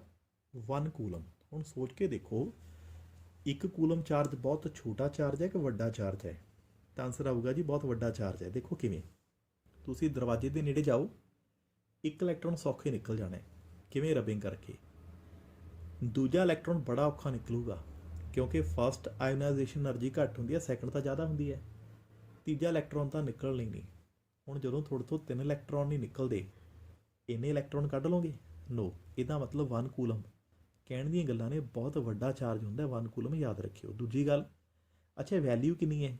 ਚਲੋ ਇੱਕ ਛੋਟਾ ਜਿਹਾ ਆਪਾਂ ਇੱਕ ਕੰਮ ਕਰਕੇ ਦੇਖਦੇ ਹਾਂ। ਅੱਜ ਨਾ ਕਮੈਂਟ ਬਾਕਸ ਦੇ ਵਿੱਚ ਤੁਸੀਂ ਮੈਨੂੰ ਇੱਕ ਚੀਜ਼ ਇਹ ਵੀ ਦੱਸਣੀ ਹੈ ਕਿ 6.25 × 10⁻18 ਨੂੰ ਜੇ ਬੋਲਣਾ ਪੈ ਜੇ ਤਾਂ ਕਿਵੇਂ ਬੋਲਿਆ ਜਾਊਗਾ? ਮਤਲਬ 625 625 ਹੋ ਗਿਆ, ਪਿੱਛੇ 16 ਜ਼ੀਰੋਆਂ ਪੈ ਗਈਆਂ। ਹੁਣ ਇਹਨੂੰ ਬੋਲੋਗੇ ਕੀ? ਲੱਖ ਕਹੀਏ, ਕਰੋੜ ਕਹੀਏ, ਅਰਬ ਕਹੀਏ, ਖਰਬ ਕਹੀਏ, ਵੀ ਇਹਨੂੰ ਤੁਸੀਂ ਬੋਲ ਕੇ ਦੱਸਣਾ ਕਮੈਂਟ ਬਾਕਸ ਦੇ ਅੰਦਰ। ਤੇ ਨਾਲ ਇੱਕ ਚੀਜ਼ ਸੋਚੋ ਕਿ ਜਿਹੜੀ ਚੀਜ਼ ਤੁਹਾਡੇ ਤੋਂ ਬੋਲੀ ਨਹੀਂ ਜਾਂਦੀ, ਇਟ ਮੀਨ ਵਾਕਈ ਬਹੁਤ ਵੱਡੀ ਟਰਮ ਹੈ। ਸੋ ਯਾਦ ਰਵੇ ਕਿ 1 ਕੂਲਮ ਬਹੁਤ ਬਿਗਰ ਚਾਰਜ ਹੈ ਤੇ 1 ਕੂਲਮ ਕਿੰਨੇ ਇਲੈਕਟ੍ਰੋਨ ਤੋਂ ਬਣਦਾ ਹੈ? 6.25 × 10⁻18। ਇਹ ਐਗਜ਼ਾਮ ਦਾ ਮੋਸਟ ਰਿਪੀਟਡ ਕੁਐਸਚਨ ਹੈ, ਖਿਆਲ ਰਵੇ। ਹੁਣ ਦੂਸਰਾ ਕਨਸੈਪਚੁਅਲ ਬੇਟਾ, ਆਮ ਤੌਰ ਤੇ ਪੇਪਰ 'ਚ ਪੁੱਛਿਆ ਜਾਂਦਾ ਹੈ ਕਿ ਜੀ ਡੈਫੀਨੇਸ਼ਨ ਦਿਓ 1 ਕੂਲਮ ਕਿੰਨਾ ਹੁੰਦਾ ਹੈ? Define 1 coulomb. 1 ਕੂਲਮ ਦੀ ਡੈਫੀਨੇਸ਼ਨ ਨੋਟਸ ਅੰਦਰ ਦਿੱਤੀ ਹੋਈ ਹੈ, ਮੈਂ PDF ਤੁਹਾਡੇ ਨਾਲ ਸ਼ੇਅਰ ਕਰ ਹੀ ਚੁੱਕਿਆ। ਜੇ ਕਿਸੇ ਬੱਚੇ ਕੋਲ ਕੋਈ PDFs ਨਹੀਂ ਪਹੁੰਚ ਰਹੀਆਂ ਤਾਂ ਬੇਟਾ ਮੈਂ ਤੁਹਾਨੂੰ ਕੱਲ੍ਹ ਵੀ ਇੱਕ ਨੰਬਰ ਦਿੱਤਾ ਸੀ, ਅੱਜ ਦੁਬਾਰਾ ਬੋਲੂੰਗਾ, WhatsApp ਗਰੁੱਪ ਜੁਆਇਨ ਕਰ ਲਓ, ਨੋਟਸਾਂ ਦੀ PDF ਤੁਹਾਨੂੰ ਗਰੁੱਪ 'ਚ ਹੀ ਮਿਲਣੀ ਹੈ। ਤਾਂ ਬੇਟਾ ਹੁਣ ਆਪਾਂ ਗੱਲ ਕਰ ਰਹੇ ਹਾਂ 1 ਕੂਲਮ ਦੀ ਡੈਫੀਨੇਸ਼ਨ ਦਿਓ। ਜਿਹਦੇ ਕੋਲ ਡੈਫੀਨੇਸ਼ਨ ਕੀ ਹੈ? ਆ ਕੂਲਮਸ ਲਾਅ ਹੈ, ਤਾਂ ਡੈਫੀਨੇਸ਼ਨ ਇੱਥੋਂ ਸ਼ੁਰੂ ਹੁੰਦੀ ਹੈ। ਇਫ ਕਹਿੰਦਾ ਜੇ, ਸਭ ਤੋਂ ਪਹਿਲੀ ਗੱਲ ਹੈ ਸਾਡੇ ਜਿਹੜੇ ਚਾਰਜ ਨੇ ਇਕੁਅਲ ਹੋਣ, ਸਿਮਿਲਰ ਹੋਣ। ਇਕੁਅਲ ਮਤਲਬ ਜੇ ਪਹਿਲਾ 4 ਹੈ ਤਾਂ ਦੂਜਾ ਵੀ 4, ਸਿਮਿਲਰ ਮਤਲਬ ਜੇ ਪਹਿਲਾ ਪੋਜ਼ਿਟਿਵ ਤਾਂ ਦੂਜਾ ਵੀ ਪੋਜ਼ਿਟਿਵ ਹੀ ਹੋਵੇ। ਕਿੰਨੀ ਦੂਰ ਪਏ ਹੋਣ? ਐਟ ਯੂਨਿਟ ਡਿਸਟੈਂਸ, 1 ਮੀਟਰ ਦੂਰ ਪਏ ਹੋਣ, ਤੇ ਉਹਨਾਂ ਦੇ ਵਿਚਕਾਰ ਕਿੰਨੀ ਫੋਰਸ ਹੋਵੇ? 9 × 10⁻9। ਅੱਛਾ ਜੇ ਐਵੇਂ ਹੋਵੇ ਤਾਂ ਕੀ ਹੁੰਦਾ? ਦੇਖੋ ਆ ਪਿਆ ਫਾਰਮੂਲਾ, ਐਫ ਬੇਟਾ ਕਿੰਨਾ ਹੋ ਗਿਆ? 9 × 10⁻9। ਚਾਰਜ ਇਕੁਅਲ ਤੇ ਸਿਮਿਲਰ ਨੇ ਤੇ ਡਿਸਟੈਂਸ ਕਿੰਨਾ ਹੋ ਗਿਆ? 1। ਹੁਣ ਦੇਖੋ ਆਹ ਪੂਰੇ ਦੀ ਵੈਲਿਊ ਕਿੰਨੀ ਹੁੰਦੀ ਹੈ? 9 × 10⁻9। ਫੋਰਸ ਆਲਰੇਡੀ ਕਿੰਨੀ ਹੈ? 9 × 10⁻9। Q × Q ਕਿੰਨਾ ਹੋ ਗਿਆ? Q²। 1 ਦਾ ਸਕੇਅਰ 1 ਹੀ ਹੁੰਦਾ ਹੈ। ਇਹਦੇ ਵਿੱਚੋਂ ਆਹ ਕੀ ਹੋ ਗਿਆ? ਕੈਂਸਲ। ਤਾਂ Q² ਕਿਹਦੀ ਇਕੁਅਲ ਹੈ? 1 ਕੂਲਮ। ਜੇ ਮੈਂ ਰੂਟ ਲਵਾਂ 1 ਦਾ ਰੂਟ ਵੀ 1 ਹੁੰਦਾ ਹੈ। ਹੁਣ ਧਿਆਨ ਨਾਲ ਸੁਣਿਓ, ਡੈਫੀਨੇਸ਼ਨ ਕੀ ਹੈ? ਕਹਿੰਦੇ ਜੀ 1 ਕੂਲਮ ਚਾਰਜ ਉਹ ਚਾਰਜ ਹੁੰਦਾ ਹੈ ਜਿਹੜਾ ਆਪਣੇ ਵਰਗੇ ਇਕੁਅਲ ਤੇ ਸਿਮਿਲਰ ਚਾਰਜ ਨੂੰ ਰਿਪੈਲ ਕਰਦਾ ਹੈ।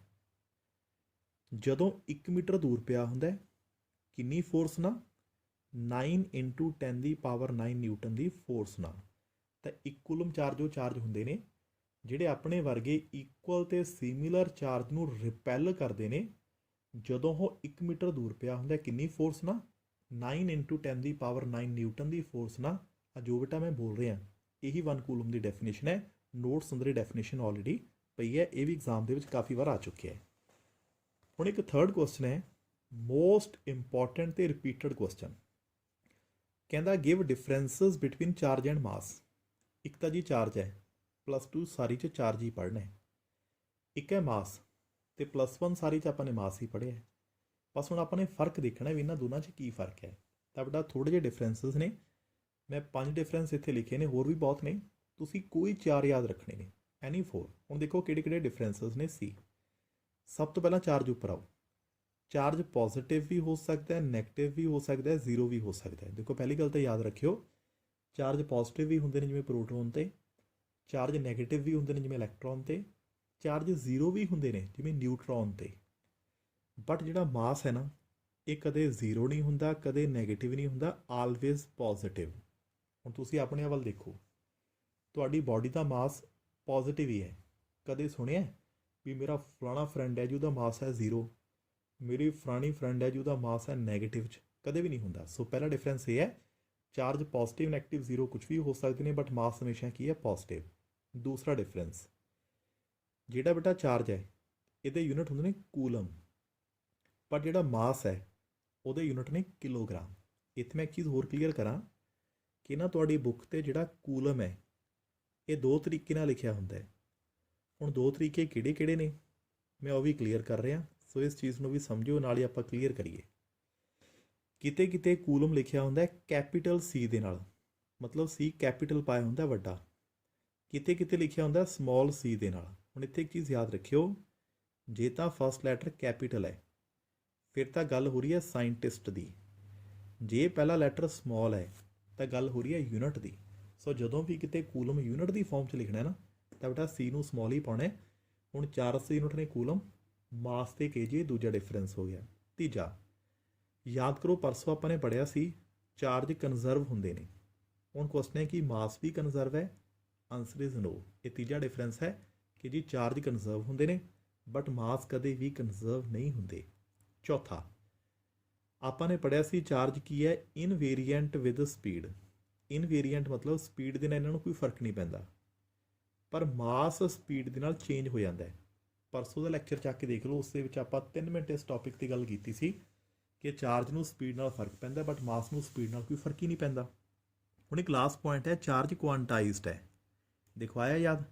ਪੂਰੇ 15 ਮਿੰਟ ਲਾਏ ਹੋਏ ਨੇ ਕੁਆਂਟਾਈਜੇਸ਼ਨ 'ਤੇ। ਆਪਾਂ ਨੇ ਵੀਡੀਓ ਲੈਕਚਰ ਦੇਖ ਸਕਦੇ ਹੋ ਕੀ ਹੁੰਦੀ ਹੈ ਕੁਆਂਟਾਈਜੇਸ਼ਨ ਸਾਰਾ। ਤੇ ਕੀ ਮਾਸ ਵੀ ਕੁਆਂਟਾਈਜ਼ ਹੈ? Answer is no, yet to be quantise. ਕੋਸ਼ਿਸ਼ ਕਰ ਰਹੇ ਹਾਂ ਕੁਆਂਟਾਈਜ਼ ਹੋ ਜੇ ਬਟ ਹੈ ਨਹੀਂ। ਖਿਆਲ ਰੱਖਿਓ ਹੁਣ ਇਹਨਾਂ ਪੰਜਾਂ ਚੋਂ ਕੋਈ 4 ਡਿਫਰੈਂਸ ਤੁਸੀਂ ਯਾਦ ਕਰ ਲੈਣੇ ਜਿਹੜੇ ਤੁਹਾਨੂੰ ਸੌਖੇ ਯਾਦ ਹੋ ਜਾਣ। ਠੀਕ, ਸੋ ਹੁਣ ਇੱਕ ਲਾਸਟ ਅੱਜ ਦਾ ਕਨਸੈਪਚੁਅਲ, ਇਹਦੀ ਨਿਊਮੈਰੀਕਲਾਂ 'ਚ ਵੀ ਕਾਫੀ ਲੋੜ ਪੈਂਦੀ ਹੈ।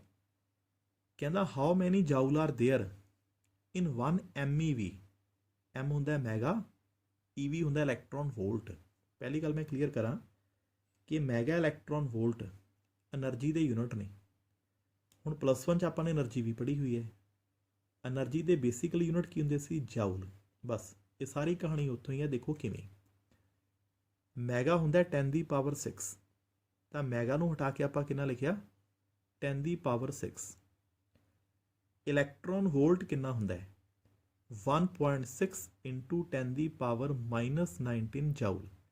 ਤਾਂ ਮੈਗਾ ਲਈ 10⁶ ਆ ਗਿਆ। ਇਲੈਕਟ੍ਰੋਨ ਵੋਲਟ +1 'ਚ ਵੀ ਆਪਾਂ ਨੇ ਪੜ੍ਹਿਆ ਸੀ ਇਲੈਕਟ੍ਰੋਨ ਵੋਲਟ ਕਿੰਨਾ ਹੁੰਦਾ ਹੈ? 1.6 × 10⁻⁻19 ਜਾਊਲ। ਮੀਨਿੰਗ 1 MEV ਕਿਹਦੇ ਇਕੁਅਲ ਆ ਗਿਆ? ਇਹ +6 ਹੈ, -19 ਤਾਂ -13 ਹੋ ਗਿਆ। ਹੁਣ ਆਹ ਚੀਜ਼ ਬੇਟਾ ਸਾਰੇ ਆਪਣੇ ਮਾਈਂਡ ਦੇ ਵਿੱਚ ਫਿੱਟ ਕਰ ਲਓ। ਨਿਊਮੈਰੀਕਲਸ ਦੇ ਅੰਦਰ ਇਸ ਚੀਜ਼ ਦੀ ਕਾਫੀ ਲੋੜ ਪੈਣੀ ਹੈ। ਤਾਂ ਜਿੰਨੇ ਵੀਡੀਓ ਲੈਕਚਰਸ ਮੈਂ ਸ਼ੂਟ ਕਰਕੇ ਤੁਹਾਨੂੰ ਦੇ ਰਿਹਾ, ਦੇਖੋ ਜਿਨ੍ਹਾਂ ਹਾਲਾਤਾਂ ਦੇ ਵਿੱਚ ਦੇ ਰਿਹਾ ਸਾਨੂੰ ਹੀ ਪਤਾ ਹੈ, ਬਟ ਮੈਂ ਬਿਲਕੁਲ ਨਹੀਂ ਚਾਹੁੰਦਾ ਕਿ ਤੁਹਾਡਾ ਸਿਲੇਬਸ ਕਿਸੇ ਪੱਧਰ 'ਤੇ ਰੁਕੇ। ਅੱਜ ਥੋੜ੍ਹੀ ਲੋਕਡਾਊਨ ਦੇ ਵਿੱਚ ਢਿੱਲ ਮਿਲੀ ਹੈ ਤਾਂ ਕੋਸ਼ਿਸ਼ ਅਸੀਂ ਕਰ ਰਹੇ ਹਾਂ ਕਿ ਇੱਕ ਸੈਟਅਪ ਉੱਥੇ ਕ੍ਰੀਏਟ ਕਰਕੇ ਤੁਹਾਨੂੰ ਪ੍ਰੋਪਰ ਬੋਰਡ ਦੇ ਉੱਪਰ ਲੈਕਚਰ ਕ੍ਰੀਏਟ ਕਰ ਦਈਏ। ਬਟ ਫਿਰ ਵੀ ਆਪਣੇ ਕੋਲ ਇੰਨਾ ਟਾਈਮ ਨਹੀਂ ਹੈ ਵੇਸਟ ਕਰਨ ਨੂੰ। ਜਿੰਨੇ ਰਿਸੋਰਸਸ ਅਵੇਲੇਬਲ ਨੇ ਇੱਕ ਵਾਰ ਯੂਟੀਲਾਈਜ਼ ਕਰੀਏ। ਇੱਕ ਚੀਜ਼ ਬੇਟਾ ਹੋਰ, ਮੈਂ ਨਾ ਮੇਨ ਲੈਕਚਰ ਦੇ ਨਾਲ ਡੇਲੀ ਇੱਕ ਤੋਂ ਛੋਟੀਆਂ ਵੀਡੀਓਜ਼ ਪਾ ਰਿਹਾ। ਜਿਵੇਂ ਆਪਾਂ ਨੇ ਕੱਲ੍ਹ ਕੁਐਸਚਨ ਕੀਤਾ ਸੀ ਕਿ ਤੁਸੀਂ ਆਪਣੇ ਆਪ ਨੂੰ ਕਿੱਥੇ ਸੇਫ ਫੀਲ ਕਰਦੇ ਹੋ, ਕਾਰ ਦੇ ਵਿੱਚ ਜਾਂ ਕਿਸੇ ਦਰਖਤ ਦੇ ਨੀਚੇ, ਕਿਸੇ ਅੰਡਰ ਦਾ ਟਰੀ। ਤਾਂ ਉਸ ਨਾਲ ਮੈਂ ਇੱਕ ਵੀਡੀਓ ਸ਼ੇਅਰ ਕੀਤੀ ਹੈ ਤੁਹਾਡੇ ਨਾਲ। ਉਸ ਵੀਡੀਓ ਨੂੰ ਧਿਆਨ ਨਾਲ ਦੇਖਿਓ ਅਤੇ ਆਪਣੇ ਦਿਮਾਗ 'ਚ ਨਾ ਇਮੈਜਿਨ ਕਰਿਓ। ਇੱਕ ਵਾਰ ਸੋਚਿਓ ਜੇ ਤੁਸੀਂ ਟਰੀ ਦੇ ਨੀਚੇ ਖੜ੍ਹੇ ਹੁੰਦੇ ਕੀ ਬਣਦਾ। ਇੱਕ ਵਾਰ ਸੋਚੋ ਜੇ ਤੁਸੀਂ ਕਾਰ ਦੇ ਅੰਦਰ ਬੈਠੇ ਹੁੰਦੇ ਤਾਂ ਕੀ ਬਣਦਾ। ਤੁਹਾਨੂੰ ਆਪਣੇ ਆਪ ਹੀ ਸਮਝ ਆ ਜਾਣਾ ਕਿ ਤੁਸੀਂ ਕਿੱਥੇ ਸੇਫ ਹੋ, ਕਿਸੇ ਟਰੀ ਦੇ ਅੰਦਰ ਜਾਂ ਕਾਰ ਦੇ ਅੰਦਰ। ਇੱਕ ਵੀਡੀਓ ਤੁਹਾਡੇ ਨਾਲ ਮੈਂ ਹੋਰ ਸ਼ੇਅਰ ਕੀਤੀ ਹੈ, ਪਾਣੀ ਦੇ ਵਿੱਚ ਗਲਾਸ ਦੀ ਕਟਿੰਗ ਹੋ ਰਹੀ ਹੈ। ਦੇਖੋ ਪਰਸਨ ਕੀ ਕਰ ਰਿਹਾ ਹੈ, ਇੱਕ ਵਾਰ ਤਾਂ ਸ਼ੀਸ਼ੇ ਦੀ ਕਟਿੰਗ ਕਰ ਰਿਹਾ ਹਵਾ 'ਚ, ਇੱਕ ਵਾਰ ਸੇਮ ਗਲਾਸ ਦੀ ਕਟਿੰਗ ਕੀਤੀ ਜਾ ਰਹੀ ਹੈ ਵਾਟਰ ਦੇ ਅੰਦਰ। ਕੱਲ੍ਹ ਅਸੀਂ ਕਨਸੈਪਟ ਕੀਤਾ ਸੀ ਕਿ ਵਾਟਰ ਦੇ ਅੰਦਰ ਜਿਹੜੀਆਂ ਇਲੈਕਟ੍ਰੋਸਟੈਟਿਕ ਫੋਰਸਿਸ ਨੇ ਉਹ ਵੀਕ ਹੋ ਜਾਂਦੀਆਂ ਨੇ। ਕਿੰਨੀਆਂ ਵੀਕ ਹੋ ਜਾਂਦੀਆਂ ਨੇ? 81 ਟਾਈਮ। ਬਸ ਉਹੀ ਕਨਸੈਪਟ ਹੈ। ਉਹ ਗਲਾਸ ਦੀ ਕਟਿੰਗ ਵਾਟਰ ਦੇ ਅੰਦਰ ਸਭ ਕੁਝ ਈਜ਼ਲੀ ਹੋ ਜਾਂਦਾ ਹੈ। ਇਹ ਸਾਡੀ ਜਿੰਨੀ ਵੀ ਕਹਾਣੀ ਹੈ। ਵੈਸੇ ਵੀ ਦੇਖਿਓ ਨਾ, ਜੇ ਤੁਸੀਂ ਆਪਣੇ ਘਰ ਕਦੇ ਪੱਥਰ ਲੱਗਦਾ ਦੇਖਿਆ ਹੋਵੇ, ਪੱਥਰ ਦੀ ਕਟਿੰਗ ਹੁੰਦੀ ਦੇਖੀ ਹੋਵੇ, ਤਾਂ ਜਿਹੜਾ ਉਹ ਗਰਾਈਂਡਰ ਹੁੰਦਾ ਨਾ, ਉਹਦੇ ਨਾਲ ਇੱਕ ਪਾਣੀ ਦਾ ਪਾਈਪ ਲਾਇਆ ਹੁੰਦਾ ਹੈ। ਉਹਦੇ 2 ਫਾਇਦੇ ਹੁੰਦੇ ਨੇ। ਇੱਕ ਤਾਂ ਉਹ ਆਰਾ ਗਰਮ ਨਹੀਂ ਹੁੰਦਾ, ਇੱਕ ਪਲੱਸ ਜਿਹੜੀ ਉਹਦੀ ਸਟਰੈਂਥ ਹੈ ਨਾ ਉਹ ਘੱਟ ਜਾਂਦੀ ਹੈ, ਜਿਹਦੇ ਕਰਕੇ ਉਹਦੀ ਕਟਿੰਗ ਕੀ ਹੈ, ਸੌਖੀ ਹੋ ਜਾਂਦੀ ਹੈ। ਅਤੇ ਸਾਰੇ ਕਨਸੈਪਟ ਇੱਕੋ ਹੀ ਨੇ, ਹੋਰ ਕੁਛ ਨਹੀਂ। ਚਲੋ ਇੱਕ ਪ੍ਰੈਕਟੀਕਲ ਹੋਰ ਕਰਕੇ ਦੇਖ ਲਿਓ। ਕੀਤਾ ਹੋਣਾ ਬਥੇਰੀ ਵਾਰ ਤੁਸੀਂ ਕਿ ਜਦੋਂ ਤੁਸੀਂ ਚਾਹ ਦੇ ਵਿੱਚ ਬਿਸਕੁਟ ਡੁਬੋ ਕੇ ਖਾਂਦੇ ਹੋ ਤਾਂ ਕੀ ਹੁੰਦਾ ਹੈ? ਬਿਸਕੁਟ ਨੂੰ ਚਾਹ 'ਚ ਡਿਪ ਕੀਤਾ, ਕੱਢਿਆ ਜੀ, ਬਿਸਕੁਟ ਵਿੱਚ ਹੀ ਰਹਿ ਗਿਆ। ਹੁਣ ਉਹ ਟੁੱਟ ਕਿਉਂ ਗਿਆ? ਕਿਸੇ ਨੇ ਤਾਂ ਤੋੜਿਆ ਨਾ। ਕਿਹਨੇ ਤੋੜਿਆ? ਉਹੀ ਫੋਰਸ ਦੀ ਤਾਂ ਆਪਾਂ ਕੱਲ੍ਹ ਗੱਲ ਕਰ ਰਹੇ ਸੀ। ਸੋ ਉਹਨਾਂ ਛੋਟੀਆਂ ਵੀਡੀਓਜ਼ ਨੂੰ ਵੀ ਓਨੀ ਇੰਪੋਰਟੈਂਸ ਦੇ ਕੇ ਹੀ ਦੇਖਿਆ ਕਰੋ। ਤਾਂ ਬੈਸਟ ਆਫ ਲੱਕ ਆਲ। ਪੜ੍ਹਦੇ ਰਹੋ, ਡਟੇ ਰਹੋ। 70/70 ਦੀ ਗਰੰਟੀ ਮੈਂ ਦਿੰਦਾ। ਸਾਰੀਆਂ ਵੀਡੀਓਜ਼ ਤੁਹਾਡੇ ਕੋਲ ਸਾਹਮਣੇ ਪਈਆਂ ਨੇ। ਫਾਈਨਲ ਐਗਜ਼ਾਮ ਦਾ ਇੱਕ ਕੁਐਸਚਨ ਵੀ ਇਸ ਤੋਂ ਬਾਹਰ ਚਲਾ ਗਿਆ ਨਾ, ਤਾਂ ਮੈਂ ਰਿਸਪੌਂਸੀਬਲ ਹਾਂ। So best of luck all.